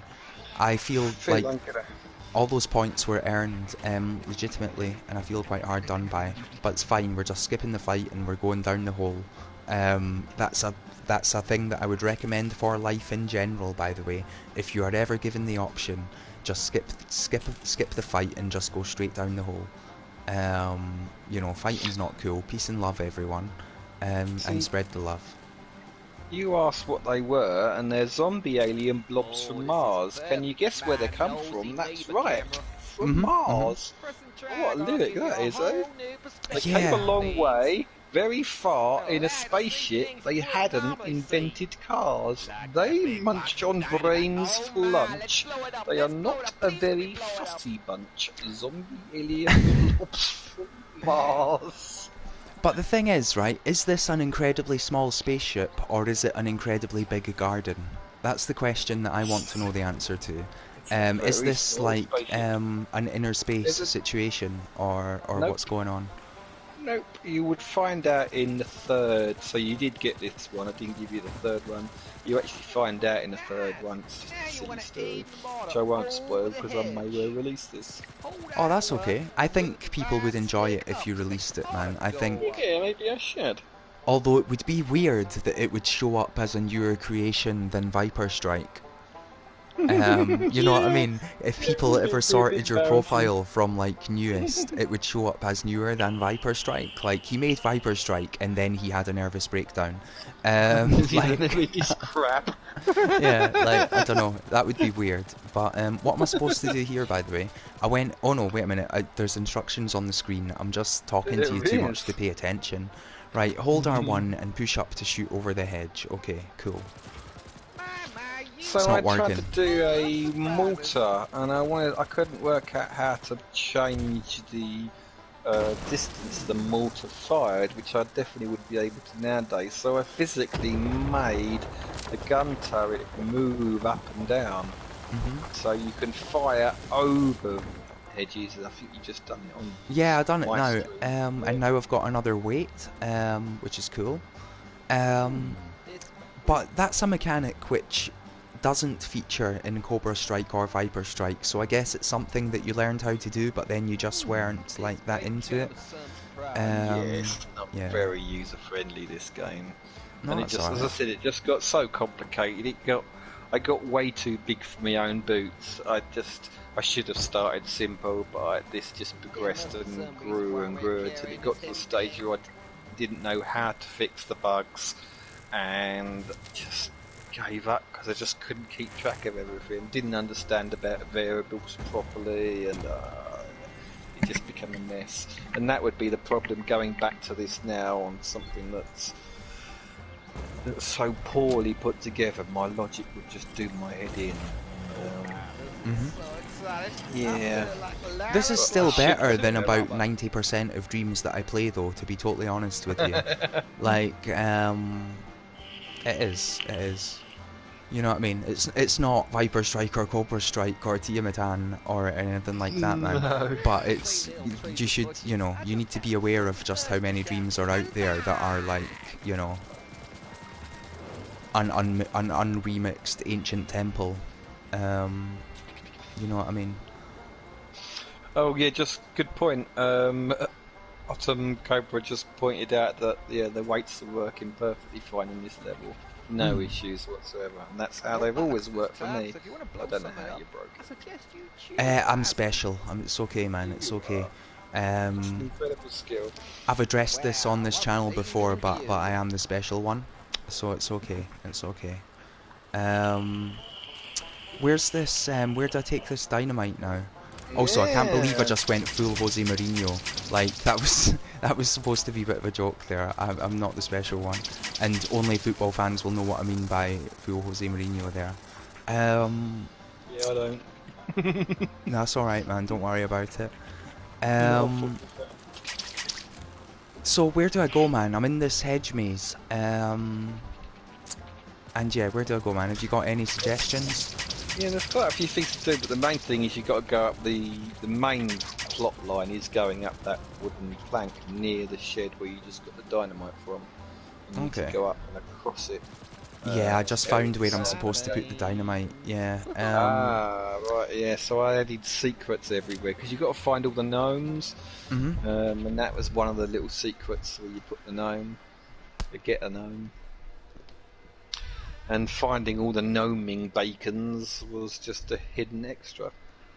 No, it's okay. It's okay. Sorry, I just had to pause it for a moment to deal with a cat. But we're done now. We're done now. There we go. We're back.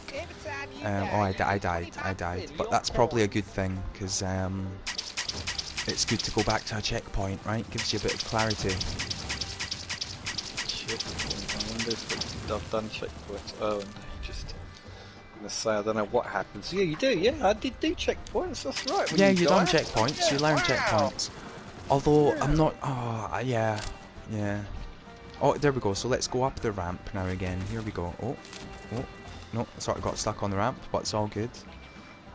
And now,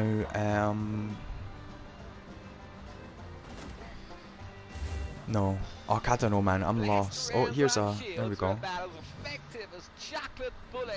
So I got distracted by the cat, and I'm fully aware that I'm gonna have to let the cat back in a minute or two. So I'm now all of a sudden like I've half got my eye on the cat, and it's like, yeah, it's all good, man. I'm just explaining the situation.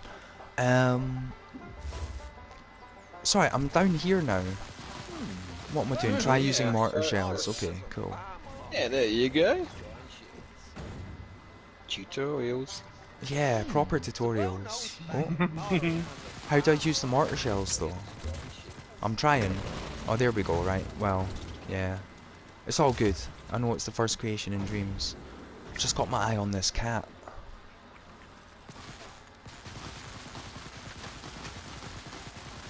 Yeah, I know I forgot. Well, I didn't forget the dynamite. I just never got the dynamite, Eddie. I'm not that good a tester, really. Um, I'm getting lots of points though. Tell you that, getting lots Oh and yeah, lots I of don't know what the points. points are about, but you're doing the right thing. I know there's a delay, but I can see you're using the mortar against the shield. The shield's got. I think you can take the shield down with your guns, but the Mhm. mortars are far more effective. And basically, I was trying to teach you that to get through shields, you need to use your mortar shells. Wow, yeah, lots of points. Oh, lots of points. I know. I'm just gonna keep going, man. I'm just gonna keep going as long as I can. I don't know what the top score on the scoreboard is, but I want to be number one. Um, no one's gonna take that away from me. So, how are you doing, man? You alright? I know it's Saturday night and it's very late, but how you doing? You alright? I'm just gonna get at least Yeah. 10 million points. I'm pretty sure no one else has done that. I Um, wonder that other people are getting bored listening to us two ramble, but oh, I don't care. It's fine. Oh, now I the don't point care. stopped. The point stopped. There we go. The girlfriend said, "How long do you reckon you'll be?" I said, "Oh, probably 3/4 of an hour, maybe an hour." Well, I don't mind, man. If you've got to No, go, you've got to go. no, I I haven't got to go. mean, She'll be fast asleep. these have happened for 4 hours in the past. Like these have, you know what Oh, I mean? really? Yeah, yeah, no, man. I mean, yeah. I just keep talking, and then you feel like you can't leave. I take people hostage in a way. You know what I mean? I just keep talking, and you're gonna have to like forcefully leave, basically. Um, I seem to be struggling to pick up this weight, by the way. No, because it's under the shield. You've got to destroy the shield Yeah, but I've been first with shooting the your shield with mortars. mortars for like ages, and nothing's Oh, happening. really? Yeah, So, yeah. you've broken that as well. I have broken it. I'm sorry. But you know what? I'm going to show you some Toronto Mayor. You said you don't know who Toronto Mayor is. No, I have Big to shout turn out my Toronto mic off Mayor. then. Much love. I'm going to give him a thumbs up, right? I mean, your thing a thumbs up. It's just interesting, man. It's all good. It's all good. Toronto Mayor is a dream celebrity. He's really cool, man. He's on the screen right now. I know there's a delay on your Twitch. I just want to see your reaction to the amount of people that they are following when it appears on your screen. Okay, they are following 148,000. So when he followed me, and I felt really like special because I'd heard about him and thought, wow, he's following me. He must like me. He also likes 148,815 others. Well, Damn. here's the thing. I felt the same when they started following me. I was like, "Oh, thanks for the follow, mate. I like getting a new follow." But then I noticed they follow all of these people. But no, I had them on here as a previous guest. I've interviewed them. It was an interview that lasted for about 4 hours. I mean, and they explained themselves, and it all made sense, and it's all good. I mean, ultimately, they're just trying to spread the love. They want people to feel like they are appreciated and like followed. Like they want you to feel good when you get the follow notification. You know, like, oh, someone's following me. Um, Yeah. and I did mention about the potential side effect of when people realise that actually you just follow everyone. But at the same time, most people probably won't realise that, will they? And they'll just feel good when they get the follow. Because they thumb up lots of things as well. Like they're always one of the first to thumb up a thing. It's just, I don't know, man, how, but you didn't know who they were, now you do. No. It's an interesting interview, if you ever do listen to the interview I Okay. done with him. Like, 4 it's hours. interesting. Yeah, 4 hours, but it's interesting. I'm going to put on one of their creations, if you've never seen any of their creations before, This is one of my personal favourites. And I don't just mean personal favourites of theirs, I mean like personal favourite dreams of all time. This is one of Oh, the wow. one very best, right? I hope you agree with me, okay? I'm gonna press play just now. You may wish to put the Yeah, I'm volume going to up. mute. Yeah, I'm Okay, muting cool. my mic. Um, I know this has a lot of fans in the chat. This is Old Town Road by Toronto Mayor. Love you very much, man. Much respect. Here is Old Town Road. Everyone give it a thumbs up if you enjoy it. I'm gonna go on mute and press play.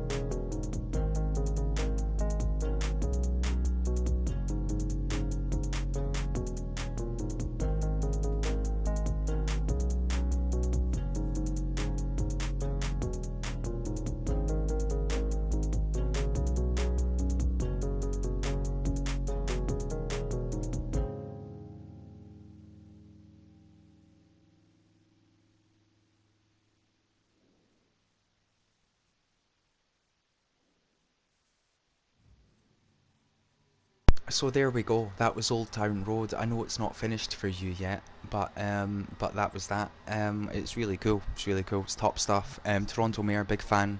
Big shout out. I know you Yeah. watch the show sometimes. Much love. Um, just gonna check my notifications, man. But I'm just wondering, what are your like? Do you have any dreams off the top of your head that are your favorite dreams, or any like songs that are made in dreams that are your favorites, or anything like that? Because I know If you I had said a before really that you mainly create and not play, but I'm just no, no, curious, man. no. I played lots of dreams. I make an effort to play. Well, the problem is my memory is so bad. I don't remember the names of Mhm. any dreams. So Mhm. I'm just cycling through right now and find you some stuff that I really like. A lot of stuff is not released, sadly. It's by Lord Warblade, makes some lovely stuff. I'm really a big fan of his. Um, uh, the Snow Gardens, is that what? Mhm. No, the I Snow half Gardens up. is very Yeah, I good. got that right. Yeah, Snow Gardens. I loved that game. He showed me it when he was still in reasonably early development, Mhm. and it just had so much potential. It was just like, seriously, guy, you've got something going on here that's really, really good. It Mhm. felt original. It needed work. It was obvious it needed work, and I sort of gave him an hour's worth of my opinions via a YouTube uh, recording, and I sent it to him with just me doing my thing, giving Mhm. him basically criticisms as well as praise. And luckily, he didn't take offence to my bluntness, and Mhm. actually really enjoyed my opinions. And yeah, and we continued, and we sort of hooked up a couple of times on uh, GameShare, and yeah, really, really impressed. I found something here that really impressed me the other day. I loved, called Action Scene, aka Proof I Have No Life. Okay, I do believe I actually know the one that you mean. I have seen it before, and it's Okay. basically a scene from that Detroit game, isn't it? It's like Oh, I is it? believe so anyway. You know, the one that's like Uh, one of those David Cage games. Maybe you've not played that. I mean, when I say it's a scene from that game, I think the characters from that game is what I mean. I don't know if oh, it's it's actually a not. scene from Okay. that game. Right. Um, I'm on it It right now. felt I know there's a really delay, but I'm original. on it right now. And we can. I'm happy to press play on it, and we can just talk over it, Yeah, man. play it. But Yeah, we'll talk over it. Doesn't need to. the We don't need to be description muted for this. is Connor fights Machine Connor in one of the most absurdly complex 2 minutes in Dreams, a total of 970 keyframes and 60 cameras. Um, and yeah, so here we go, here we go. And I just came across this by looking on the trending Mhm, page, and I found quite a lot of really interesting stuff just by looking on the trending. And I come across this, and this I really liked because it felt so original. It felt clever. It also shows a lot of talent involved in doing this scene. mhm. And it's not a game, it's just a scene. And it's just like, just felt really clean Mhm. and clever. Yeah, and the thing is, I'm watching this, and we're all watching this with just the default view on. But I'm now going to quickly turn Right. on first person mode view, which I don't know if you Yep. experimented with as well. Oh, yeah. Of course, Because yeah. yeah, the whole scene can also be viewed in first person. And I'm now going to put it back to the normal view, but like, yeah, you can watch this scene twice with the two different views, and it's a totally different experience. And it's fantastic, and it's the power of dreams, right? Because literally all that they had to do to add that second camera view was to add a camera to the person's face. You know what I mean? It was like, I Yeah. mean, I know it sounds simple, right? But in theory, that is all they had to do. You know what I mean? Like, and then hook it up to a button press. Yeah, it's kind of magical. I don't know if that makes sense. I hope it makes sense, man. Because, like, Sorry, you I'm know, just going. yeah, Yeah, I totally yeah. agree with you. I've just gone quiet because I'm cycling through my creations I thumbed up, and there's just so No, that's many. okay, man. That's all good. I understand. Something I hear people talk about Dreams, right, is they talk about how difficult it is to find certain creations, or even to find their own history of creations. But a thing that's useful is if you go into Dream Surfing and then if you filter it to like my thumbed up and then any of the other options, that can be a useful one. I mean, a thing that I've found with Dreams is that a lot of people don't check updates. Like, they only check for brand new Dreams, they don't check for Dreams that have been updated. I'm just going to give a shout out to anyone who's watching. Check for updated Dreams as well, okay? Don't just check for new ones. Like, you can go to the filter in your search in Dream Surfing. You can go to My Thumbed Up and then Last Updated. And you know, sometimes, right, sometimes people do updates that aren't actually real updates, okay? That's just the reality of it. But also, I think it's important to keep up to date with what is updated, because there's a lot of things that got released in a state of early access which were not particularly great when they were released in early access, but now they have received lots of constant updates and they are actually good. And people don't spot them because they're never listed as new or in trending, because they're just updated. You know what I mean? So just recommending to people to search for things that are updated in that tag rather than just for new things. I think a lot of people don't bother doing that. So. Oh yeah, man. I think it was you that told me just the other week that for the MM picks, I made a post, didn't I? Not complaining, but pointing out that the only 3 games were picked per week. What happened to the music and the other stuff? And you was like, well, dude, you have to scroll down and go to the MM pick section, and there it displays the music and the showcases as well. And it's like, oh my god, I've been using this thing for almost a year and I didn't know that. And then I mentioned it the other day and somebody else went, oh my god, I didn't know that. And it's just like, how sad that these people writing music and doing this sort of art stuff get picked but don't get noticed. And, it is a shame, because none of us, we're all lazy. We all go on the top of the page, we play MM picks and that's about it, and we don't check the games that have been updated and all these settings that have all been put in there, and a lot of us don't even know they exist, let alone use them.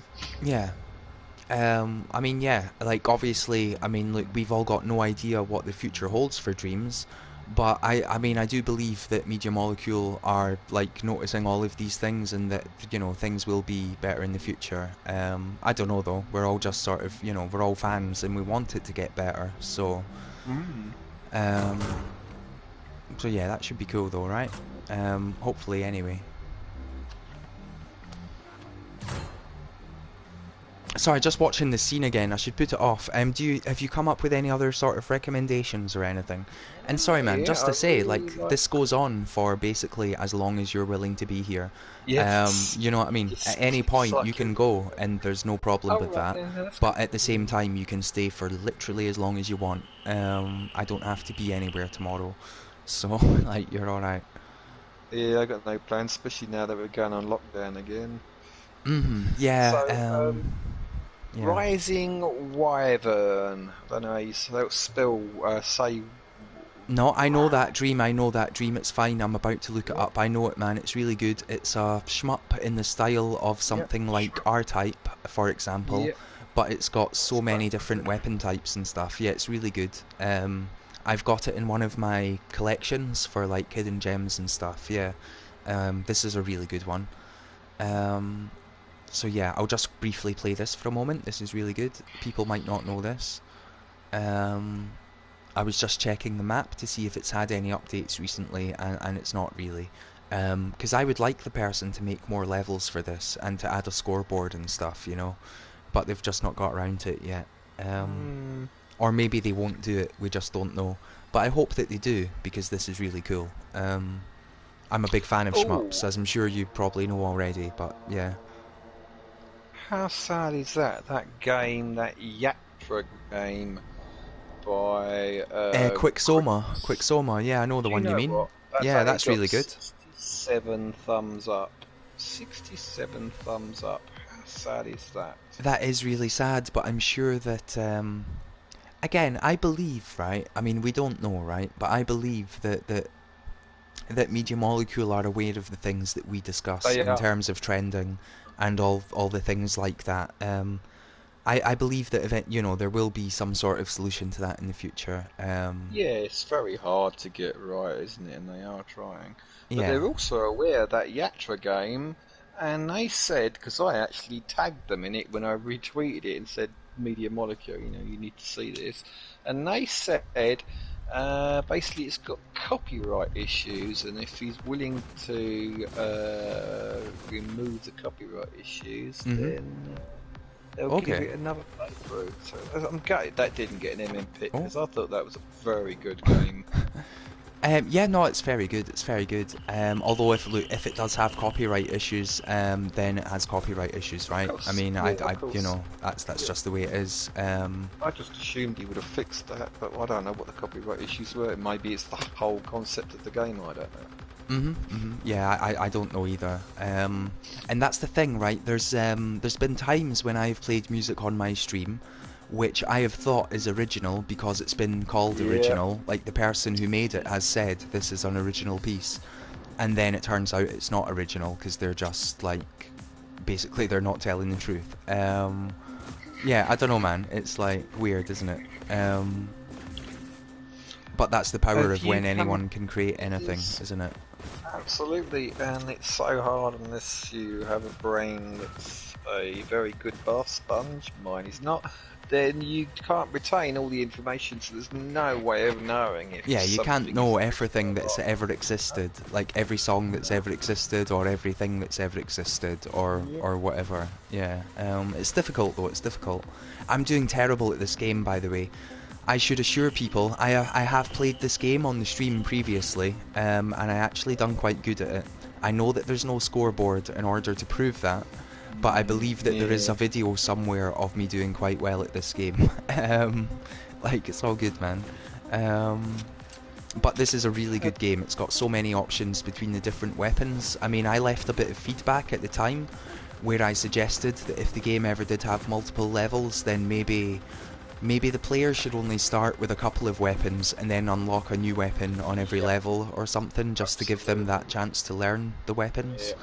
But there is a lot to learn here, and there's a lot going on, and it's very cool. And yeah, their work's amazing.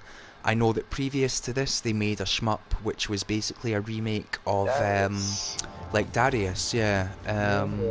And that was really good, and that does have a scoreboard. So which I think I was near the top of the last time I checked. So just because I'm doing crap, man, I'm just trying to justify myself here. Like, you're all good. Like, it's Saturday night. I've got somebody else that I think deserves some attention. Go ahead. I've heard of a person. Sorry, I cut in there, didn't I? But I'm just waiting for the. Have you ever heard of a guy called Powell's Cage? Powell's Cage, Palscage. He makes amazing animations of dinosaur models. Okay, Pal's Cage, did you say? Pal's Cage. Pal's Cage. Okay, I see him now. I'm now on his profile. I know there's a delay. His profile says, working on a Jurassic Park project with Idex Tiger, JCB TARDIS, Funky Mother, and Belgian Hash Brown. Out of those names, I believe that I know the name Belgian Hash Brown, and they've made some good things. In fact, there we go. There's a thing that Belgian Hash Brown made that's really good, that's on the screen right now. But yeah, let's check out these dinosaur things by Pal's Cage. So are these sort of dinosaur sculpts mainly? Yeah, I'll just check out their most recent thing. Here we go. Some of the sculpts aren't his, but he's animated them, and it's the animations that are just as impressive as the actual sculpts. So click on any of them, they're all just beautiful. Yeah, I'm controlling, well, it says JP Gallimimus. I mean, I don't know, like, I don't know. I mean, it does look like a velociraptor, but I'm no dinosaur expert. I mean, it's probably not, yeah. But it's similar-ish. Yeah, I don't know. But it's really cool. I mean, it's a really nice sculpt, and the animations are really good. Just looking at the way it runs. it's a really good run, and the way the mouth opens is to me a little bit comical, but there's nothing wrong with it. It's just because I'm like thinking of doing ventriloquism with it. You know what I mean? Yeah. Like, but yeah, I love the L2 noise, the screech that it makes. Yeah, that's beautiful. It really is. The It's detail the on the way that, sculpt yeah. around the thighs, like the top of the Yep. legs and stuff. It's really cool. It's really cool. To make those legs move like that and then make the muscles, it looks like muscles almost move like that, is a very good skill. Hmm. And again, this is the power of dreams, okay? Indeed. Because I don't know this person. Like Pal's Cage, you know, you've just recommended them to me. This is someone I don't know. Like everyone else you'd mentioned previously, I was like, oh yeah, I know this, I know that. I don't know this person. This is brand new. You've just introduced me Yep. to a brand new person. And And that is I the have magic of found dreams, them. because there's so many people. It's incredible. So, dreams has meaning, and he recommends 3 levels per day. Mhm. And he recommended a week or so ago a horse. And Mhm. I clicked on the lineage of that horse, and the horse led me to this guy. And then he uses the horse logic in also his dinosaurs. Mhm. So And that's it's all fantastic adapted. then, how it all links, isn't it? It's incredible. Yeah, it all links up. I'm now And you'll playing in, find yeah. Mhm.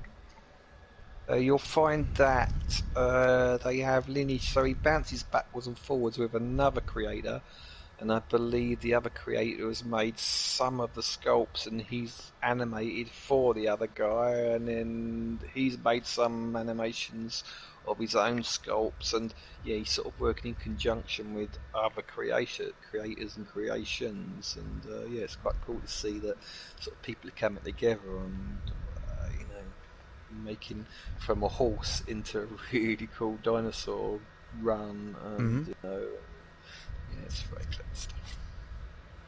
Oh, it's really cool. It's amazing. Yeah. Yeah, I'd never discovered this person. I didn't know them at all. It's just fantastic to be discovering them.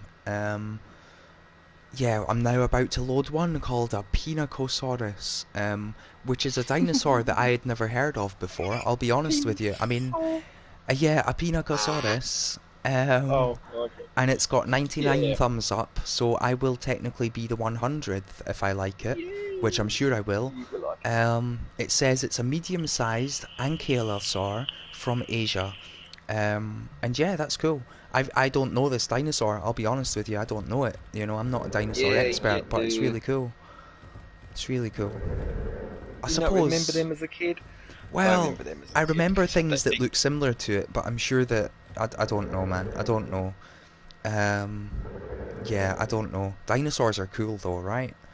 Um, Yeah, did you ever have a school project on dinosaurs? I Like a primary did. school project? Yeah, I I think that's a did. traditional British thing. Maybe it goes around the world as Yes. well, right? But I think Yes. everyone had a primary school project on dinosaurs at one point or another. Like, and it was amazing, right? Although it was a long time ago. So, it's been a long time since I really thought Was about a long time. dinosaurs. But yeah, these are Oh, incredible. there's a shout out that needs to be done. Everyone's heard of him, I'm assuming, but Anime Boy Hmm. 0021, he's a very talented creator of assets. Very talented. Okay. No, definitely. I'm happy to check out their stuff. I noticed that yeah, you gave them a shout out in Viper Strike, and Yep, yep. also I believe that when I played through Home Alone Guinea Pig for a previous interview with Alec Harris, they also got a shout out during that. Ah, So yes. they're quite prolific. They get around, yeah. His palm trees, everybody uses palm trees because they're just phenomenal. They're very good. Mhm, mhm. Okay, yes, I'm seeing now that they are also one of the collaborators for me. He's done the buildings as well for one of the latest map they did. He did all the buildings for it as well as all the rocks and trees and stuff. Okay, that's really cool. Yeah, they make good stuff. Sorry, I'm just looking at the genealogy for Metro Street Racer right now to see which Bean Bob 101 music use. Sorry, this is just me getting sidetracked, because I'm just curious. Because I've not played that yet. But sorry, I'll do that on my own time. Let's go check out the rest of Anime Boy stuff. So yeah, their Oh, there's so elements are incredible.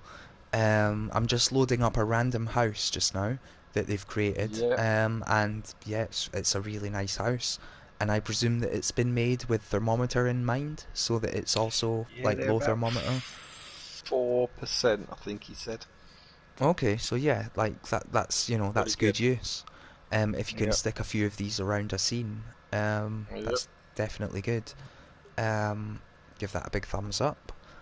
And then, is there any specific elements you would recommend of theirs? I know you said the palm trees. Yeah, Um, his trees are very good, especially the palms. I really like that coffee bean tree as well that he does. But he's done so many single assets that it's very difficult to point favourite ones. But yeah, they're just all very good, and their sculpts are not the trees aren't paint flecks. That's sculpts that you're looking at. okay, that's awesome. Here's the coffee tree that I'm loading up now. And yeah, this is really nice. It's really cool. It's a really nice tree. That's the ones I used in both the boss level and in desert level. Okay, The that's good cool. It's such low thermo, the best thing to do with that coffee tree is duplicate two over the top of each other. So you have twice as dense foliage. And it gives you a Okay. lovely dense foliage tree then. I'm Mm. now. I know there's a delay, but I'm now in edit mode and I'm doing that. Uh-huh. Um, so yeah, I don't know. I'm maybe not doing it right. I'm just sort of Rotate it. experimenting. Rotate the second one. Of course, yeah. Yep. And Um, and then get it in, yeah. and the other thing you can do is delete one of the trunks and scope in, so you've got the trunk separate from the foliage. Remove the trunk, so you just got a copy of the foliage, and you can plonk that 3 or 4 times down at different scales, and even change the colour of it. But yeah, very very nice assets. Very Oh, that's nice. awesome. That's It's a incredible great stuff. And way. again, it's the power of dreams that you can just take someone else's assets and use them like Mm, that. There we go. I'm going to give them a thumbs up and a follow. There we go. They yes. deserve that. So there we go. Um, it's very cool. Nitro-Arts 7472 makes some lovely assets. Okay, yep, I'm aware of them. I believe they make a lot of industrial things, don't they? Yep. Yep. He's the one that made the nodding donkey and that gas tank that I used. What else? There we go. I'm just going to load up. Well, there we go. Actually, it turns out they don't have collections. I'm on their profile and I just went to Ooh. collections. Turns out they don't have Oh. collections. That's a shame. I mean, this person makes so many great assets that what they really need is a collection. Um, you Yep. know what I mean? Because yeah, yeah. Well, there's a delay, but I'm loading up some of their assets now, and it's all really nice. These are industrial pipes that we're looking at, and they're really well made. And they can just be sort of copy and pasted and put together in any way that the person wants to put them together. And they're low thermal, and yeah, they're really good. And there's no problem with using other people's assets. That's what Dreams is all about. It's about trying to share the love. And spread it about and make things that people might use. I remember I made like a silly piece of music all the way back in the beta. And are you aware of the Dream Mimeo Prophecy? Which is, it's on the pick up and playlist. If you're not aware of it, that's okay. But it's one of the sort of bigger dreams, and somehow my silly piece of music ended up in that dream, and it's just like, oh my god, wow, isn't that amazing? Like somehow my silly little piece of music has ended up in this amazing dream. I never intended it to end. You know what I mean? I don't know. Yeah, so cool. I can remember that first happened with me. Somebody messaged me and they go, "Hey, Media Molecule was streaming and they're using your tree," and it was like, "Oh, I quickly jump. Oh no, I looked at the recording. That's what they gave me, a link to the recording, and I was so pleased that they'd used my god awful tree that I didn't know how to make, and they had paint strokes all over it. And good God, but they used it. And it was, you know, it's so cool that you can just do that. Mm-hmm. Oh, you should play Thion's game that I told you about. Yes, I mentioned Thion, of earlier on. course. Yeah, Yeah, that's lovely. I recognise their name, so I might be familiar with it. I just never recognised the name of the thing that you mentioned, but it's okay. We'll see. We'll see. There's a lot of things that I've played that I've forgotten the name of. Although I'm looking at this now, and it appears as though I've not played a lot of their things. So I'm looking. which one was it that you said? Um, I'm looking. So dreams. So it would be called Possession. okay, Possession. Yes. See, now I have not played it, but I have watched other people play it on their streams and stuff. Even when Media Molecule featured it on their own stream. So yeah, I've not played this. But I have seen enough of it, which is why I gave it a thumbs up. But I'm happy to play a bit of it if you want. But no, this is by Thion, and yeah, from what I've seen of it, it's very cool. Like, because I started streaming, right? I've sort of played less streams offline, if that makes sense. I've Yep. almost saved Yep. things for when I'm Yep. streaming. And I don't like playing puzzle games on stream because I don't want to look like an idiot. So Well, like, I play tested his game earlier, the part 2 to this, so he's now done a sequel, mhm. and his puzzles were so long, damn clever, and what a beautiful level. It really is looking stunning. But I was very tired. I'd been streaming for hours.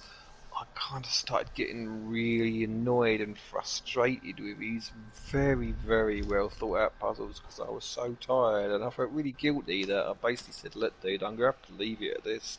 Leave it. We'll come back another day, and I'll try and crack the rest of them." And yeah, I'm not good at puzzle games, especially when you've got somebody else watching you who's the creator, who's probably Mhm. thinking, "Good God, it's so obvious what you gotta do." Yeah. I mean, look, just I mean, you possibly had an experience just like that even earlier today, right? Oh yes. Like, yeah, I mean, you were playing a prominent dream, which I am a fan of, and I know you had the creator in chat. I mean, how does that make you feel when the creator's in chat watching you play? Like, is that, yeah, obviously, I guess you've touched on it already, but Yeah, it's difficult because I'm not a person to sugarcoat stuff, and they wanted me to play their game, so in my opinion, that gives me the right to be honest with them. mhm, Um, and possibly it's a wrong attitude to have, but I did voice my opinions quite extensively into the issues I had with the game, and it was quite obvious that it was upsetting for him, mhm, because he's ploughed many, many, many hours in the game. But the simple fact of the matter is, I don't think I could be bothered to give anybody feedback on a game that I don't see that has immense amount of potential and that could be improved to turn it into a phenomenal game. If mhm, it was pretty rubbish, then I don't think I'd bother putting any effort into it, and I wouldn't bother giving any proper feedback. So it's crap. I'm kind of saying, if I'm going to sit and dish your game, it's because I feel it's worthwhile of my time. yeah, That's a really arrogant thing to say, but in the back of my head, that's what I'm thinking of. This deserves to be better than it is, and I think that it can be made better. So I'm going to tell you how I personally feel this could be turned into an even better game. And yeah, I just feel some dreams have more potential than others. mhm. Oh, well, look, some dreams definitely do have more potential than others. Sometimes I can even play a dream which, to be honest, is kind of terrible, but I still think that it has potential. Mhm. Because it might be an interesting idea that the person just needs a bit of Yep, direction on. absolutely. we all I have think different we all skills at the end of the day. We're all unique individuals, and we're all good at different things. So yeah, like it's all, you know what I mean? It's definitely done with love. Yes, definitely. I've not been keeping up with the chat, by the way. If you have, I'm not sure. Oh I'm just no, I wondering if haven't. there's, you know what I mean? I've been Um, trailing through all my liked games. I've got another game, a guy that I really like, Drinkwater 200. He makes some very good things. yes, I'm aware of who you mean there. They make a Yeah. lot of realistic looking scenes, don't they? Um, Yep. yeah, yeah. Um, But also very good with logic as well. He's made some lovely concepts, a lot of hoverboards, and he's made a concept shooter, and yeah, very talented. mhm, mhm. Um, wow, I'm really going back. I think some of my most favourite levels of all time have got to be Rabbit and the Boy. We've all seen that, haven't we? Well, I know I have, but I'm happy to play it, man. It's really good. It's definitely good. And like I say, if you ever need to take a break or anything, then you know what I mean. I Um, am gonna go soon.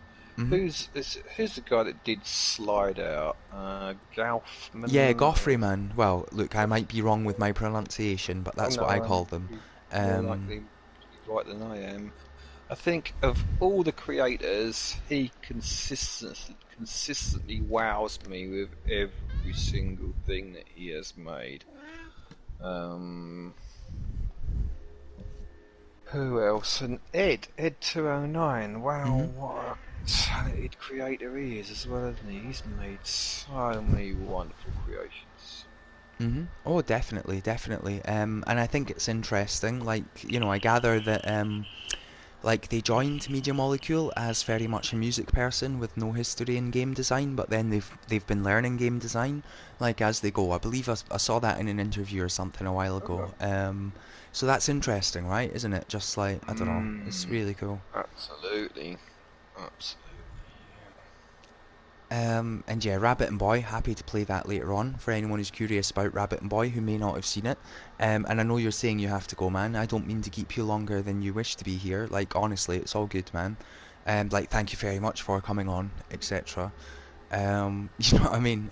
Sorry that, you know, the most amateur of productions, just sitting here Oh having a no, no, no, ramble, no, no.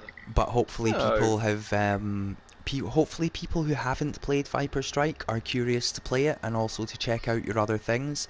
And not only that, but I know that you stream, and like I watch your streams, and I mean I believe your streams are good and interesting and entertaining. And by all means, look, people go and watch Shadeseeker streams. You know what I mean? I'm just saying. Um, Don't ask me to play your levels unless you can handle some brutal honesty. well, yeah, unless you can handle it, don't do that. Definitely. Don't ask me if you look fat in those jeans. And yeah, things like that. So I think you get the general idea, don't you? Mhm, mhm, But no, it's been really good, and you know, you seem to be critical, saying that you're not. It's not been a professional interview, but these are the best sort of interviews. It's just people talking. mhm, Nobody wants scripted and planned interviews with people. They want to hear what they've got to say in the spur of the moment and a natural environment, right? You mhm. know, and that's how I like it. I wouldn't want to do anything scripted and be told what I can and can't say and what we're going to be talking about at a certain amount of time and we're going to do this and we're going to do that. No, no, no. It's just been very organic and it's evolved as you know naturally, and that's me all over. So no, it's been perfect. Been Oh, it's very all good. good. It's all good. Yeah, it's all good, man. Like, thank you very much for coming on, and I'm sorry for keeping you up so late. If indeed you are getting Oh, glares from your lady friend, I get them no, sometimes as no. well, so I totally She came understand. Like, down, she lifted her top up, showed me her lovely boobies, and then went 2 hours and then left. fair enough, fair enough. She won't give me any grief, but I kind of can't stop thinking about things that she showed me. Hey, that's all good, man. That's all good. It's Saturday night. The time, I mean, we are both UK based, so currently, for anyone watching, the time is 20 to 1 in the morning on a Saturday night. Technically, I suppose it's Sunday morning, but you know what I mean. It's you know, it's all good. So yeah, look, thanks for coming on. Look, I'm just gonna Yeah, no, keep thank you. talking. So the only way that this will end is if one of us leaves the party. I'll just go But in a minute because I think you know me by now that I will just say when I'm going. But I just wanted to thank everybody in chat, and I'm really sorry that I haven't kept up with chat. It's been quite difficult I understand. to interact with people, and I feel a bit guilty that there's probably an awful lot of stuff that I've missed. Well, look, you can put this down as learning experience. Like maybe in the future you will have more high-profile interviews, and this is just all a learning experience. You know what I mean? Who knows, man? Who knows? I hope I get another interview. I really kind of wanted to do more in character interview. I think if anybody else asked me to do one, I think I've got to do it, haven't I? All in character with the "Hello, chaps, jolly good." No, that would be fine. Like, yeah, I don't know, man. Like, see, sometimes I'd be totally down with that, but then we didn't plan that, man. For anyone who doesn't know, we've never spoken before. This is our first time speaking. I mean, it always is with these interviews, by the way, and I do try to make it so that that is the case.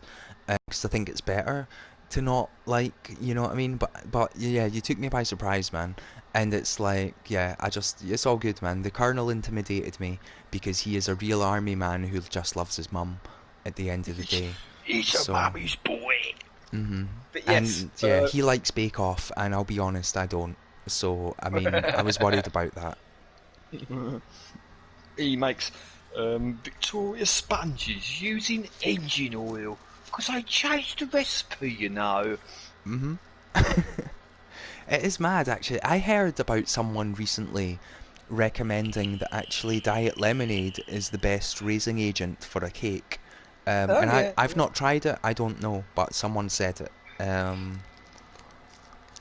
But yeah, I don't know. I don't bake. I cook, but I don't bake. So, I'm the same. yeah, I I don't know, man. make all the meals, but I never cook desserts or bake desserts. Yeah. Yeah, I love desserts. I absolutely love desserts, but never make them. Weirdly. Hang on, I'm just replying to. Well, how do you say your name? OTMB. I should just call you Cobra. Just call him 68. Eddie. Just call him Eddie. He likes to, well, correct me if I'm wrong, Eddie, but he likes to be called Eddie. Yeah, there we go. He's typed it in the chat, so there we go. Eddie U. No, it's not Eddie, it's Eddie U. Yes, yes. He did it twice. Oh, no, did it once and then did Eddie. Yeah, Eddie, that'd be cool, as long as I can stay in character. Yeah. Look, it's been nice talking. It's No, been don't worry great, about it, man. Yeah, don't Yeah, worry it's about it. great. I hope it was fun. It was, definitely was. I always like talking, you know me. Cool. Well, have a nice evening. Have a nice Sunday. Have a nice week. Have a nice life, man. You too, man. We'll catch up soon, and thanks everyone for joining. I don't know how busy it's been. Got 20 viewers so far at the moment. Oh, That's we got, pretty cool. yeah, no, it was higher at various points. Don't worry, man. You're alright. Like, you're alright. I'm not worried. I don't care. It's just you or me, or it's 1,000 people. Makes no difference. Yeah. You're alright, man. But yeah, have a good one. I mean, one of us is going to have to leave the party. Otherwise, I'm just going to keep asking you questions about who's better, Sandy Toxvig or Matt Lucas. Sandy Togsvig. I can't yeah. stand Matt Lucas. Yeah, I don't like him either. Well, I don't mind him, but like, I mean, Noel Fielding kind of annoys me though, but I don't know, man. I don't like Noel Fielding. I don't really get him. But Sandy Toxvig, I'm going to see in a couple of months' time. Okay, that's cool. What's she doing? Is that like a Q&A or a stand-up? Stand-up, sort of Q&A and stand-up. Yeah. See, I'm just going to keep you talking. This is what I do. I take people hostage, I'm just man. trying to find... Oh, leave the party. I found it. Okay, everybody, man. I am going to bed, so sleep well, everybody. Have a lovely night. Au revoir, man. Au revoir. Take care. Peace and love. Goodbye, everybody. My terrible accents. Laters all. Cheers, thanks very much. Au revoir. Now, there we go. Shadeseeker has officially left the party. Now, I am going to just give myself a little voice break, and I'm going to have a little drink, and I'm going to play this song, and then I don't know what I'm gonna do. I might play some Dreams, I might play some music, but I am gonna be hanging around for a little while yet. Um, but yeah, look, thank you very much, Shadeseeker, for coming on. Look, this is the most amateur of productions. This interview was not planned, like genuinely at all. Like genuinely, just the other day, it was like, right, do you want to do this since Viper Strike came out? Like, why not? And we done it, and it's cool. And thank you very much for joining me, Shadeseeker. Everyone, go and give them a follow. Shadeseeker. Well, I don't think you can post your link. Wait a minute. I just posted a link to their Twitch in the chat. Feel free. Eddie, good night. Don't worry. And yeah, look, it's just two people having a chat. I mean, I could have, you know what I mean? I could have prepared better, but it's just two people having a chat, and it wasn't planned. So here we go, right? This is Robo Rap by Venwave and Orion Valentine, and I'm just going to press play and mute myself for a minute while I figure out what I'm going to do next.